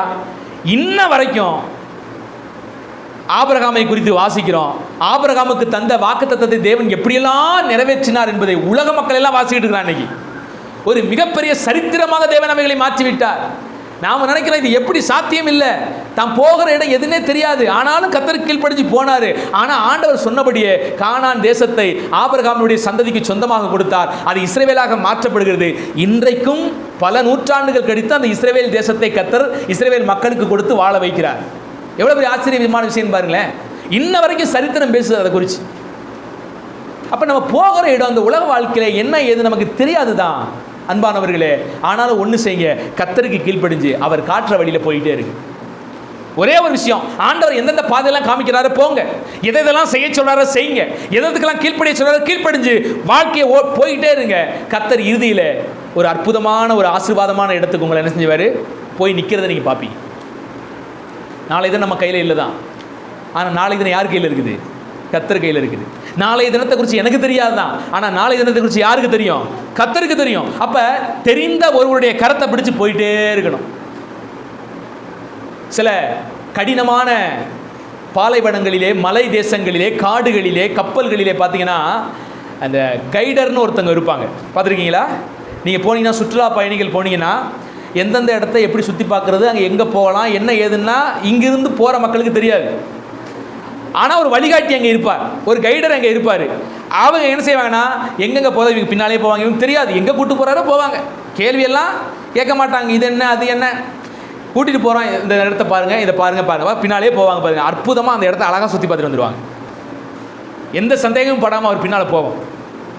காடானாலும் மேடானாலும் கர்த்தரின் பின்னே போக துணிந்தேன் பாட்டில் தான் இருக்குது. ஆனால் காடு வந்துச்சுன்னா, ஐயோ காடு, என் வாழ்க்கையில் மட்டும் ஏன் காடு? மேடு வந்துச்சுன்னா, ஐயோ மேடு, என் வாழ்க்கையில் மட்டும் ஏன் இந்த மேடு? பாட்டு மட்டும், காடானாலும் மேடானாலும் கர்த்தரின் பின்னே போவோம். அருமையான தேவனுடைய பிள்ளைகளே, இந்த உலக வாழ்க்கையில் நமக்கு நிறைய விஷயங்கள் புரியாதவைகளாக இருக்கலாம். நமக்கு வருகிற போராட்டங்கள், பிரச்சனைகள்லாம் நமக்கு தெரியாமல் இருக்கலாம். ஆனால் எல்லாவற்றையும் அறிந்திருக்கிற கர்த்தருடைய கரத்தை பிடிச்சு என்ன செய்வோம்? விசுவாசத்தோடு ஓடுவோம். ஆபிரகாம் எப்படி விசுவாசித்து தாம் போகிற இடம் என்னதென்று தெரியாமல் அந்த இடத்துக்கு கடந்து போனாரோ, கடைசியில் அவர் அந்த இடத்தை அடைந்தார். அவர் தேவனால் ஆசீர்வதிக்கப்பட்டார். இன்ற வரைக்கும் அவர் ஒரு பெரிய சாட்சியாக, நமக்கு ஒரு முன்னோடியாக, நம்முடைய விசுவாசத்தின் தகப்பனாக அவர் என்ன செய்கிறாரு? நமக்கு இருக்கிறார். நம்முடைய வாழ்க்கையும் அதுபோல கர்த்தரை பிடிச்சு என்ன செய்யணும்? ஓட கற்றுக்கணும். இறுதியாக இந்த தியானத்துக்காக ஒரு வசனத்தை வாசிக்கலாம். ஆதியாகமத்தின் புத்தகம் 50ஆம் அதிகாரம் 20வது வசனத்தை வாசிக்கலாம். ஆதியாகமத்தின் புத்தகம் 50வது அதிகாரம் 20வது வசனம். நீங்கள் எனக்கு தீமை செய்ய நினைத்தீர்கள், தேவனோ இப்பொழுது நடந்து வருகிறபடியே வெகு ஜனங்களை உயிரோடு காக்கும்படிக்கு அதை நன்மையாக. இந்த ஒரு வசனம் பிடிச்சிக்கங்க. நம்ம ஆரம்பத்திலே யோசேப்பினுடைய லைஃப்பை பார்த்தோம். ஏன் குழியில் தூக்கி போடப்பட்டார்? ஏன் காசுக்காக அரேபியர்களிடத்தில் அவர் விற்கப்பட்டார்? ஏன் போத்திபாரின் மனைவி தன்னை அபாண்டமாக பலி சாத்தினா? ஏன் நம்ம ஜெயிலில் போய் இவ்வளோ கஷ்டப்படுறோம்? ஜெயிலில் நன்மை செஞ்ச நபர்களும் ஏன் நம்மளை மறந்தாங்க? பல கேள்விகள் யோசேப்பினுடைய வாழ்க்கையில் இருக்கலாம். ஒரு உண்மையான மனிதனுடைய வாழ்க்கை எப்படி இருந்துச்சு பாருங்கள். போராட்டம், வாழ்க்கை முழுவதும் போராட்டம். சின்ன வயசுலேருந்து அவனுக்கு ஏற்பட்ட துன்பங்கள் பார்த்தீங்கன்னா சொல்ல முடியாத துன்பங்கள். உண்மையை சொல்லப்போனால் யோசேப்பினுடைய வாழ்க்கையில் நடந்த அந்த போராட்ட பிரச்சனைகளை போல நம்ம வாழ்க்கையில் என்ன செய்யலை? வரலை. உண்மையை சொல்ல போனால் நம்ம எல்லாம் ஜெயிலில் போய் கிடக்கிறோம். எல்லாரும் மறந்த சூழ்நிலையிலேயே நம்ம இருக்கிறோம். எல்லாரும் கைவிடப்பட்ட சூழ்நிலையில் நம்ம இருக்கிறோம். இல்லை, அப்படி இல்லை. ஒருவேளை நம்ம இங்கே ஏதோ ஒரு தவறாக பொய் சாற்றப்பட்டு ஜெயிலில் போனாலும் நமக்காக பேசக்கூடிய நபர்கள், நமக்காக செயல்படக்கூடிய நபர்கள் இங்கே இருக்க முடியும். நமக்கு அப்படி தானே? நமக்காக நம்மவர்கள் என்ன செய்வாங்க? போராடுவாங்க. நம்ம பெற்றோர்கள் போராடுவாங்க, நம்ம பிள்ளைகள் நமக்காக செயல்படுவாங்க. ஆனால் யோசேப்புக்கு யார் போராடினா? யாருமே இல்லைங்க இந்த தேசத்தில். யோசேப்புக்கு தன்னுடைய தாய் தகப்பன் விட்டு பிரிஞ்சு போயிட்டாரு. தன்னுடைய அண்ணன்மார்கள்லாம் மறந்துட்டாங்க, வித்துட்டாங்க. இவங்கெல்லாம் என்ன யோசிச்சுருக்காங்கன்னா, விற்கப்பட்ட இடத்துல யோசேப்பு உயிரோடு இருப்பானா இல்லையான்னு கூட இவங்களுக்கு தெரியாது. அந்த மாதிரியான சூழ்நிலை அந்த காலத்தெல்லாம். ஏன்னா ஒரு அடிமையாக விற்கப்பட்டுட்டாங்கன்னா அந்த அடிமையானவனை அவங்க எப்படி வேணாலும் சித்திரவதை பண்ணுவாங்க. வாழ வைக்கணும்னா வச்சுருப்பாங்க, கொலை செய்யணும்னா என்ன செஞ்சிருவாங்க? உபயோகமற்றவன்னு தெரிஞ்சால் கொண்டுருவாங்க. அந்த மாதிரி சூழ்நிலைகள்லாம் அந்த காலகட்டங்கள்ல எல்லாம். அப்போ இவர் உயிரோடு இருக்கிறானா இல்லையான்னு கூட அவங்க சகோதரருக்கு தெரியாது. அந்த மாதிரி ஒரு சூழ்நிலை. ஒரு அந்நிய தேசத்தில் போகிறான், அங்கே ஒருத்தன்ட்ட ஒட்டிக்கிட்டு ஒரு வேலை வாங்குறான். சரிப்பா, அந்த நல்லா கொஞ்சம் விவரமானவனாக இருக்கிற ஒரு வேலையை தர்றேன் அப்படின்னு ஒரு வேலையை கொடுக்குறாரு. அந்த தேசத்தில் யாருமே அவனுக்கு இல்லை ஆதரவு, தெரிஞ்சவங்க, பழக்கமானவங்க, சொந்தக்காரவங்க எதுவுமே இல்லை. இவர் ஒரு அடிமை, அவ்வளோதான். அந்த மாதிரி சூழ்நிலையில் இவர் கைது செய்து ஜெயிலுக்கு போனால் இவருக்காக பேசக்கூடிய நபர்கள் கூட யாருமே இல்லை. யோசிச்சு பாருங்க அவருடைய வாழ்க்கை எப்படி இருக்குன்ட்டு. ஆனால் இந்த வசனம் நமக்கு சொல்லுது, ஒரு காலகட்டத்தில் ஆண்டவர் யோசேப்புக்கு ஆண்டவர் தரிசனமாகி வெளிப்படுத்தின அனைத்து விஷயங்களும் அப்படியே நிறைவேறுது. யோசேப்பு தரிசனம் பார்க்கற அடிப்படையில் இவருடைய கதிர்கட்டு நிமிர்ந்து நிற்கிறது. ஏற்கனவே யோசேப்புக்கு ஆண்டவர் என்ன செஞ்சார்? ஒரு தரிசனம் கொடுத்திருந்தார். அந்த தரிசனத்தில் என்ன பார்த்தாரு? ஒரு 12 கதிர்கட்டுகள் என்ன செய்து இருக்குது. அதில் 11 அந்த யோசேப்பு முன்னால் அப்படி வணங்கி நிற்கிது. இவர் ஒரு கதிர்கட்டு மட்டும் நிமிர்ந்து நிற்கிது அப்படின்னு மாதிரி ஒன்று பார்த்தாரு. அதுக்கப்புறம் ஒரு தரிசனம், சூரிய சந்திர நட்சத்திரங்கள் எல்லாம் இவருக்கு முன்பாக அப்படியே பணிஞ்சு வணங்குவதை போல ஒரு தரிசனத்தை பார்க்குறாரு. என்ன அர்த்தம்? இவருடைய அப்பா, இவருடைய சகோதரர்கள் எல்லாமே இவருக்கு முன்பாக பணிவாங்க அப்படிங்கிற மாதிரி அந்த தரிசனம். 11 சகோதரர்களை காட்டிலும் யோசேப்பு உயர்ந்தவனாக இருப்பான் என்பதை வெளிப்படுத்தக்கூடிய தரிசனம் அவைகள் எல்லாம். உண்மையை சொல்ல போனால் ஆபிரகாமுடைய கலாச்சாரத்தின் அடிப்படையிலேயே இது ஒரு மிகப்பெரிய ஒரு தப்பான விஷயமாக பார்க்கப்படும். ஏன்னா சகோதரன் என்றைக்குமே அண்ணன்களுக்கு கீழே தான். அண்ணன் ஒருத்தர் இருப்பார், பெரியவர், மூத்தவர் இருப்பார். அடுத்தடுத்து பிறந்தவங்க எத்தனை பிள்ளைகளாக இருந்தாலும் இவங்க எல்லாரும் அவர்களுக்கு கீழே தான். அந்த மாதிரி தான் அந்த சிஸ்டமே இருக்கும். அதனால தான் அந்த சேஷ்ட புத்திர பாகம் யாருக்கு தான் அதிகமாக? 3ல் 1 பங்கு மூத்தவனுக்கு. அதுக்கப்புறம் தான் மித்த உள்ளவங்களுக்கு பிரித்து கொடுப்பாங்க. அப்போ இவர் பார்த்தீங்கன்னா கீழே ரொம்ப கீழ்பட்ட சகோதரர். இவர் சொல்லப்போனால் யோசேப்புக்கு மூத்த அண்ணன்மார்கள் என்ன செய்கிறாங்க? இருக்கிறாங்க. ஆனால் அவர்கள் எல்லாரையும் காட்டிலும் இவர் உயர்ந்திருப்பேன் அப்படின்னு மாதிரி இவர் சொல்கிறாரு, தரிசனம் பார்த்து சொல்கிறாரு. உண்மையை சொல்லப்போனால் அன்றைய நாட்களில் இருந்த அந்த சட்ட விதிகளின்படி, அவருடைய மனநிலையின்படியே இது ரொம்ப தவறாக கருதப்படும். அதனால தான் இவங்க மிகப்பெரிய லெவலில் யோசேப்பை என்ன செஞ்சாங்க? வெறுத்தார்கள். எப்படா நீ என்னை விட நீ உயர்ந்திருப்பியா? நீ எனக்கு தம்பி, எனக்கு தான் நீ கீழ்ப்படிஞ்சு ஆகணும், எனக்கு கீழே தான் நீ இருக்கணும், என்னை விட நீ உயர்ந்திருப்பியா அப்படின்னு கோவப்பட்டாங்க அவங்க. ஆனால் ஆண்டவர் யோசேப்புக்கு கொடுத்த தரிசனத்தின்படியே ஒரு காலகட்டம் வருது. அப்போ அவருடைய தகப்பனாரும் வந்து என்ன செய்கிறாரு? யோசேப்புக்கு முன்பாக பண்ணிக்கிறார். ஏன்னா ராஜாவுக்கு அடுத்தபடி இருக்கிறாரு. அரண்மனைக்குள்ளே வந்தோடனே கண்டிப்பாக தலையை கீழே கவுந்து தான் ஆகணும், வேறு வழியே கிடையாது. கண்ட தரிசனத்தின்படி யோசேப்புக்கு முன்பாக எல்லா சகோதரர்களும் விழுந்து என்ன செய்கிறாங்க? பணிகிறார்கள். அந்த சமயத்தில் தான் யோசேப்பு சொல்கிற அந்த வார்த்தை, நீங்கள் எனக்கு தீமை செஞ்சீங்க தான், நான் ரொம்ப பாடுகளையும் கஷ்டங்களையும் நான் பட்டதெல்லாம் உண்மைதான். ஆனால் அவைகளெல்லாம் தேவன் எப்படி முடிய பண்ணினார்? இறுதியாக நன்மையாக முடிய பண்ணினார். உங்கள் லைஃப்லையும் என் லைஃப்லையும் ஒரு நாள் வந்தப்போ நம்ம திரும்பி பார்ப்போம், எனக்கு ஆண்டவர் என் வாழ்க்கையில் அனுமதித்த எல்லா கஷ்டங்களும் அது நன்மையாகத்தான் இருந்துச்சு. அது என் வாழ்க்கையை செதுக்குனுச்சு, அது என்னை உண்மையுள்ளவனாக மாற்றினுச்சு, அது இந்த வாழ்க்கையினுடைய அர்த்தத்தை புரிய வைத்தது, எனக்கு கீழ்ப்படிதலை கற்றுக் கொடுத்தது, எனக்கு தாழ்மையை கற்றுக் கொடுத்தது, என்னுடைய இயலாமையை அது கற்றுக் கொடுத்தது, நான் எவ்வளவு பலவீனன் என்பதை அது எனக்கு கற்றுக் கொடுத்தது, நான் யார் என்பதை முழுக்க முழுக்க கற்றுக் கொடுத்து நான் கர்த்தரை சார்ந்து வாழ வேண்டும் என்பதை அந்த உபத்திரவங்கள் எல்லாம் என் வாழ்க்கையில் கற்றுக் கொடுத்து கர்த்தரோடு கூட என்னை இணைத்தது என்று ஒரு நாள் நம்ம என்ன செய்வோம்? சொல்லுவோம். ஒவ்வொருத்தருக்கும் ஒரு பிரச்சனை இருக்கலாங்க. எனக்கும் பிரச்சனை இருக்கும். உங்களுக்கு இருக்கிற பிரச்சனை எனக்கு இல்லாமல் இருக்கலாம். நீங்களாம் யோசிப்பீங்க, அப்படி இல்லை. உங்களுக்கு இல்லாத பிரச்சனை எனக்கு இருக்கும். எனக்கு கிடைச்ச சில விஷயங்கள் உங்களுக்கு கிடைக்காம இருக்கலாம். எனக்கு கிடைச்ச விஷயங்கள் உங்களுக்கு கிடைக்காம என்ன செய்யலாம்? இருக்கலாம். எனக்கு சில விஷயங்கள் கிடைக்கலாம். ஆனால் என் வாழ்க்கையிலையும் நிறைய பிரச்சனைகள், போராட்டங்கள் என்ன செய்யும்? இருக்கும். அதெல்லாம் பார்த்தீங்கன்னா என்னை மெருகேற்றும், என்னை தேவனுக்கு முன்பாக உண்மை உள்ளவனாக கொண்டு போய் சேர்க்கும், என் குறைவுகள் இல்லாத நீக்கும், என்னை நானே உணர்ந்து பார்க்க, என்னுடைய பலவீனங்களை நான் உணர்ந்து பார்க்க, நான் எப்படிப்பட்ட இயலாமை உள்ளவன், எப்படிப்பட்ட அறிவில் குறைந்தவன் என்பதையெல்லாம் நான் என்னை உணர்ந்து கொள்ள எனக்கு வருகிற இந்த எல்லா பிரச்சனை, போராட்டம் எல்லாம் பார்த்தீங்கன்னா என்ன கொஞ்சம் கொஞ்சமாக செதுக்கும். ஒரு உளி எப்படி கொஞ்சம் கொஞ்சமாக ஒரு கல்லை செதுக்கி சிற்பமாக அழகாக வடிவமைக்குதோ அதுபோல் பிரச்சனைகளும் போராட்டங்களும் உங்களுக்கு கொடுக்கப்பட்ட சூழ்நிலைகள் எல்லாம், உங்களுக்கு கொடுக்கப்பட்ட சிலுவைகள் எல்லாம் பார்த்தீங்கன்னா உங்களை செதுக்கி கொண்டே வரும். எதுக்காக? உங்களை நல்ல சீசனாக மாற்றுவதற்காக, உங்களை தேவனுக்கு உகந்தவர்களாக மாற்றுவதற்காக, உங்களை தேவனோடு நெருக்கமானவர்களாக மாற்றுவதற்காக அவைகள் எல்லாம் செயல்பட்டு கொண்டே வரும். வேறு வழியே இல்லை. அதுதான் உங்களை செதுக்க முடியும். நிறைய சமயங்களில் நம்ம சில அந்த அந்த லகுவான விஷயத்துக்கு நம்ம இசங்கி போகிறவங்க கிடையாது. இந்த மனித குலம் இருக்குது தெரியுமா? இந்த மனித குலம் எப்பவுமே இந்த மென்மையான அன்பான வருடி கொடுக்கிற சூழ்நிலையிலே உருவாகாதது. அது ஆண்டவருக்கு தெரியும் நல்லாவே. எப்படி இருந்தாலும் இவனுக்கு நம்ம இந்த அழகான சூழ்நிலையை கொடுத்தோம்னா அதில் கண்டிப்பாக விழுவான் அப்படின்னு ஆண்டவர் தெரியும். அதனால தான் பார்த்தீங்கன்னா ரெண்டும் கலந்துமே ஆண்டு கொடுப்பார். டோட்டலாக முழுக்க சூறாவளியே நம்ம வாழ்க்கையில் அடிக்க விடவும் மாட்டார், டோட்டலாக தென்றல் அடிக்கவும் விட மாட்டார். தென்றல் அடிக்கும், ரசிச்சுக்கிட்டு இருக்கும்போதே திடீர்னு சூறாவளி வரும். அப்புறம் அந்த சூறாவளியில் அப்படியே கடந்து கொஞ்சம் போனால் அப்புறம் மறுபடியும் தென்றல் வரும். அப்புறம் கொஞ்சம் நிம்மதியாக தூங்குவோம், அப்புறம் மறுபடியும் சூறாவளி அடிக்கும். இப்படி மாறி மாறி மாறி மாறி மாறி அதெல்லாம் கொஞ்சம் கொஞ்சமாக நம்மளை ஸ்டாண்டர்டாக வச்சுருக்கோம். மிதமிஞ்சி போகாமல் ஸ்டாண்டர்டாக வச்சுருக்கு. இந்த நீதிமொழிகளை வாசிக்கிற அந்த வசனம், நீதிமொழிகளில் பிரசங்கிலியா ஒரு வசனம் வாசிப்போம்ல, ஆண்டவரே எனக்கு ரொம்ப ஐஸ்வர்யத்தை கொடுத்து கர்த்தர் யார் என்று என்னோட வாழ்க்கையில் பெருமை வராத பிடிக்கும். நல்ல பணக்காரனாக நம்மளை ஆண்டு வச்சுட்டாருன்னு பார்த்துங்களேன். நீங்கள் பணக்காரன் பூரா பாருங்களேன், ரொம்ப லக்ஸூரி வாழ்க்கை. அந்த லக்ஸூரி வாழ்க்கையில் நிறைய தப்பு நடக்குது.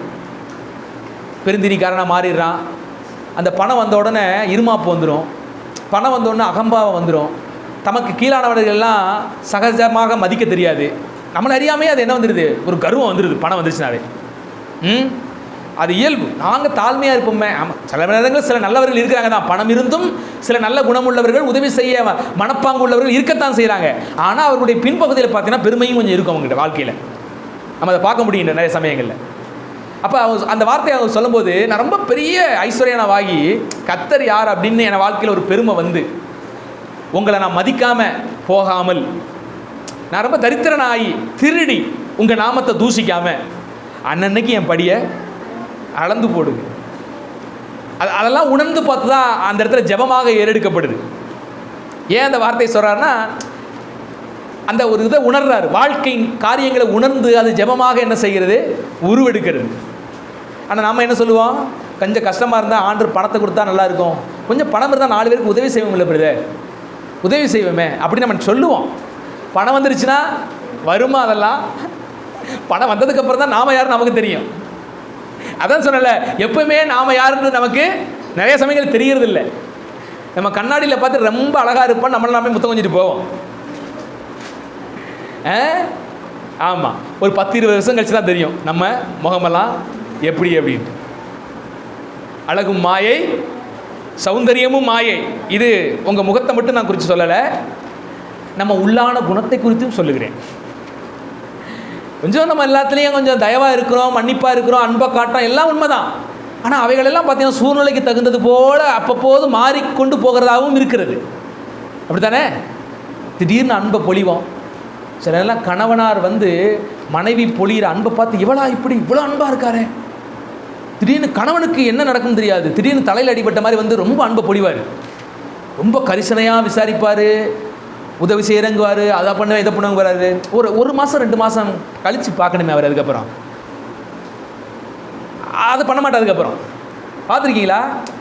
நம்ம மனசை நம்மளே யோசிச்சு பாருங்கள். சில சமயங்களில் நம்ம மனசு பொங்குது, ஆனால் அது நிலையாக என்ன செய்யறது இல்லை, இருக்கிறது இல்லை. இது நம்ம எல்லாருமே அப்படித்தான்.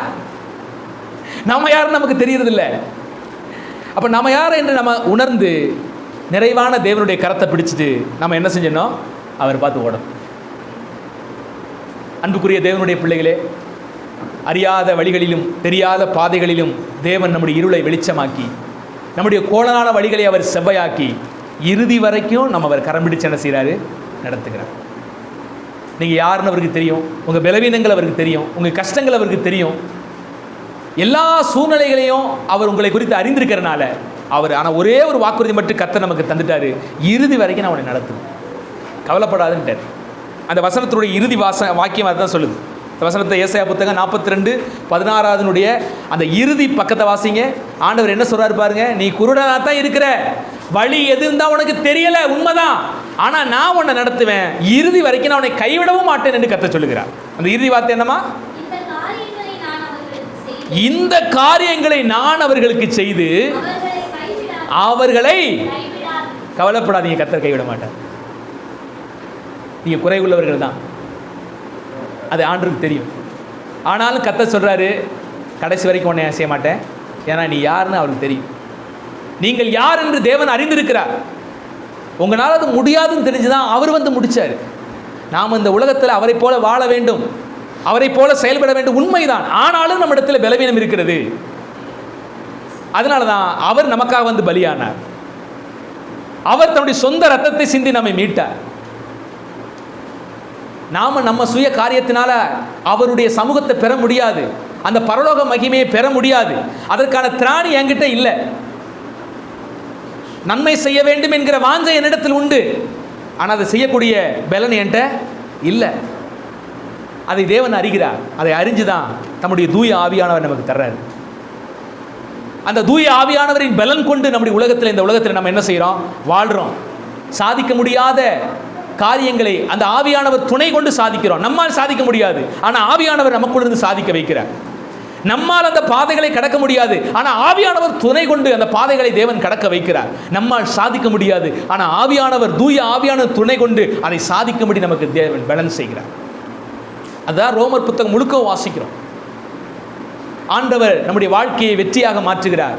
பரிசுத்த ஆவியானவர் நம்முடைய வாழ்க்கையை சாட்சியாக மாற்றுகிறார். பரிசுத்த ஆவியானவர் உங்களிடத்தில் வரும்போது நீங்கள் பலனடைந்து, நமக்கென்று சொந்த பலனால ஜெயிக்க முடியாது, சொந்த பலனால சாட்சியாக வாழ முடியாது, ஆனால் தூய ஆவியானவர் நமக்குள் வரும்போது நாம் பலனடைந்து நாம் சாட்சிகளாக என்ன செய்கிறோம்? வாழ்கிறோம் தேவனுக்காக. அவர் நம்மை வாழ வைக்கிறார், அவர் நம்மை அன்பு செலுத்த வைக்கிறார், அவர் நம்மை மன்னிக்க வைக்கிறார், அவர் நம்மை கீழ்ப்படிய வைக்கிறார், அவர் நம்மை ஆளுகை செய்கிறார். அவருடைய ஆளுகைக்குள் நாம் அர்ப்பணிக்கும் போது வெற்றிகரமான ஒரு வாழ்க்கையை அவர் பூரணமாக நாம் வாழும்படியான பலன் நமக்கு செய்கிறார். இறுதியாக நித்தியத்தில் கொண்டு போய் அவர் என்ன செய்கிறாரு? அக்கறைக்கு கொண்டு போய் சேர்க்கிற வரைக்கும் ஆண்டவர் உங்களை கரத்தை விடவே மாட்டார். நீங்கள் அவர் கரத்தை விடாமல் இருந்தால் போதும். உங்கள் கரத்தை அவர் என்ன செய்ய மாட்டார்? விடவே மாட்டார். கண்டிப்பாக பரலோகம் கொண்டு போய் சேர்க்கிற வரைக்கும் உங்கள் கரத்தை அவர் விட மாட்டார். எல்லா சூழ்நிலையும் அவர் கரம் இருக்கும். அவர் நடத்துகிற பாதைகள் கொஞ்சம் கஷ்டமாக இருக்கலாம், நமக்கு புரியாமல் இருக்கலாம், ஆனால் அவர் கொண்டு போய் சேர்க்க வேண்டிய இடத்துல சரியாக கொண்டு போய் சேர்ப்பார். ஒன்றே ஒன்று, கரத்தை விடாத தேவனுடைய கரத்தை நீங்கள் என்ன செய்யுங்க? அப்படி பிடிச்சிக்கிட்டீங்கன்னா இன்னும் கொஞ்சம் வலு சேரும். அவர் கொஞ்சம் மகிழ்ச்சியாக இருப்பார். பல சமயங்கள் நாம் கரத்தை விடுகிறோம், அவர் கையை பிடிச்சிட்டு என்ன செய்கிறாரு? மகனே வந்துருமா வந்துருமான்னு கெஞ்சிக்கிட்டே இருக்கிறாரு. இதை விட்டுறா தங்கம், அதை விட்டுறா தங்கம், நான் உனக்கு வேணும்னா அதெல்லாம் விட்டு தாண்டா ஆகணும் அப்படின்னு ஆண்டவர் என்ன செய்கிறார்? அவர் கரத்தை பிடிச்சி, நம்ம கரத்தை பிடிச்சி அவர் தொங்கிக்கிட்டே இருக்கிறார். நாம் விட்டு போகிற சூழ்நிலையிலும் அவர் கரம் நம்மை தொடர்கிறது. பல சமயங்களிலே ஆவிக்குரிய வாழ்க்கை வேணாம், இவ்வளோ டீப்பாலாம் போக வேணாம், ரொம்ப ஒரு இடையூறாக தெரியுது, அப்படியெல்லாம் நம்ம இருதயம் சில நேரங்களில் பிசாசு நிரப்பி யோசிக்கிற போதெல்லாம் ஆவியானுடைய கரம் நம்ம என்ன செய்யுது? பற்றி பிடிக்குது. அவர் தம்முடைய கரத்தை நிகழ விடுவதில்லை. மீண்டும் உருக்கமான இரக்கத்தினால் நம்ம என்ன செய்கிறாரு? சேர்த்து கொள்கிறார். அந்த அன்புள்ள தேவனுடைய கரத்திலே நம்மை அர்ப்பணிப்போம். பந்திக்கு நேராக ஆயத்தப்படுவோம்.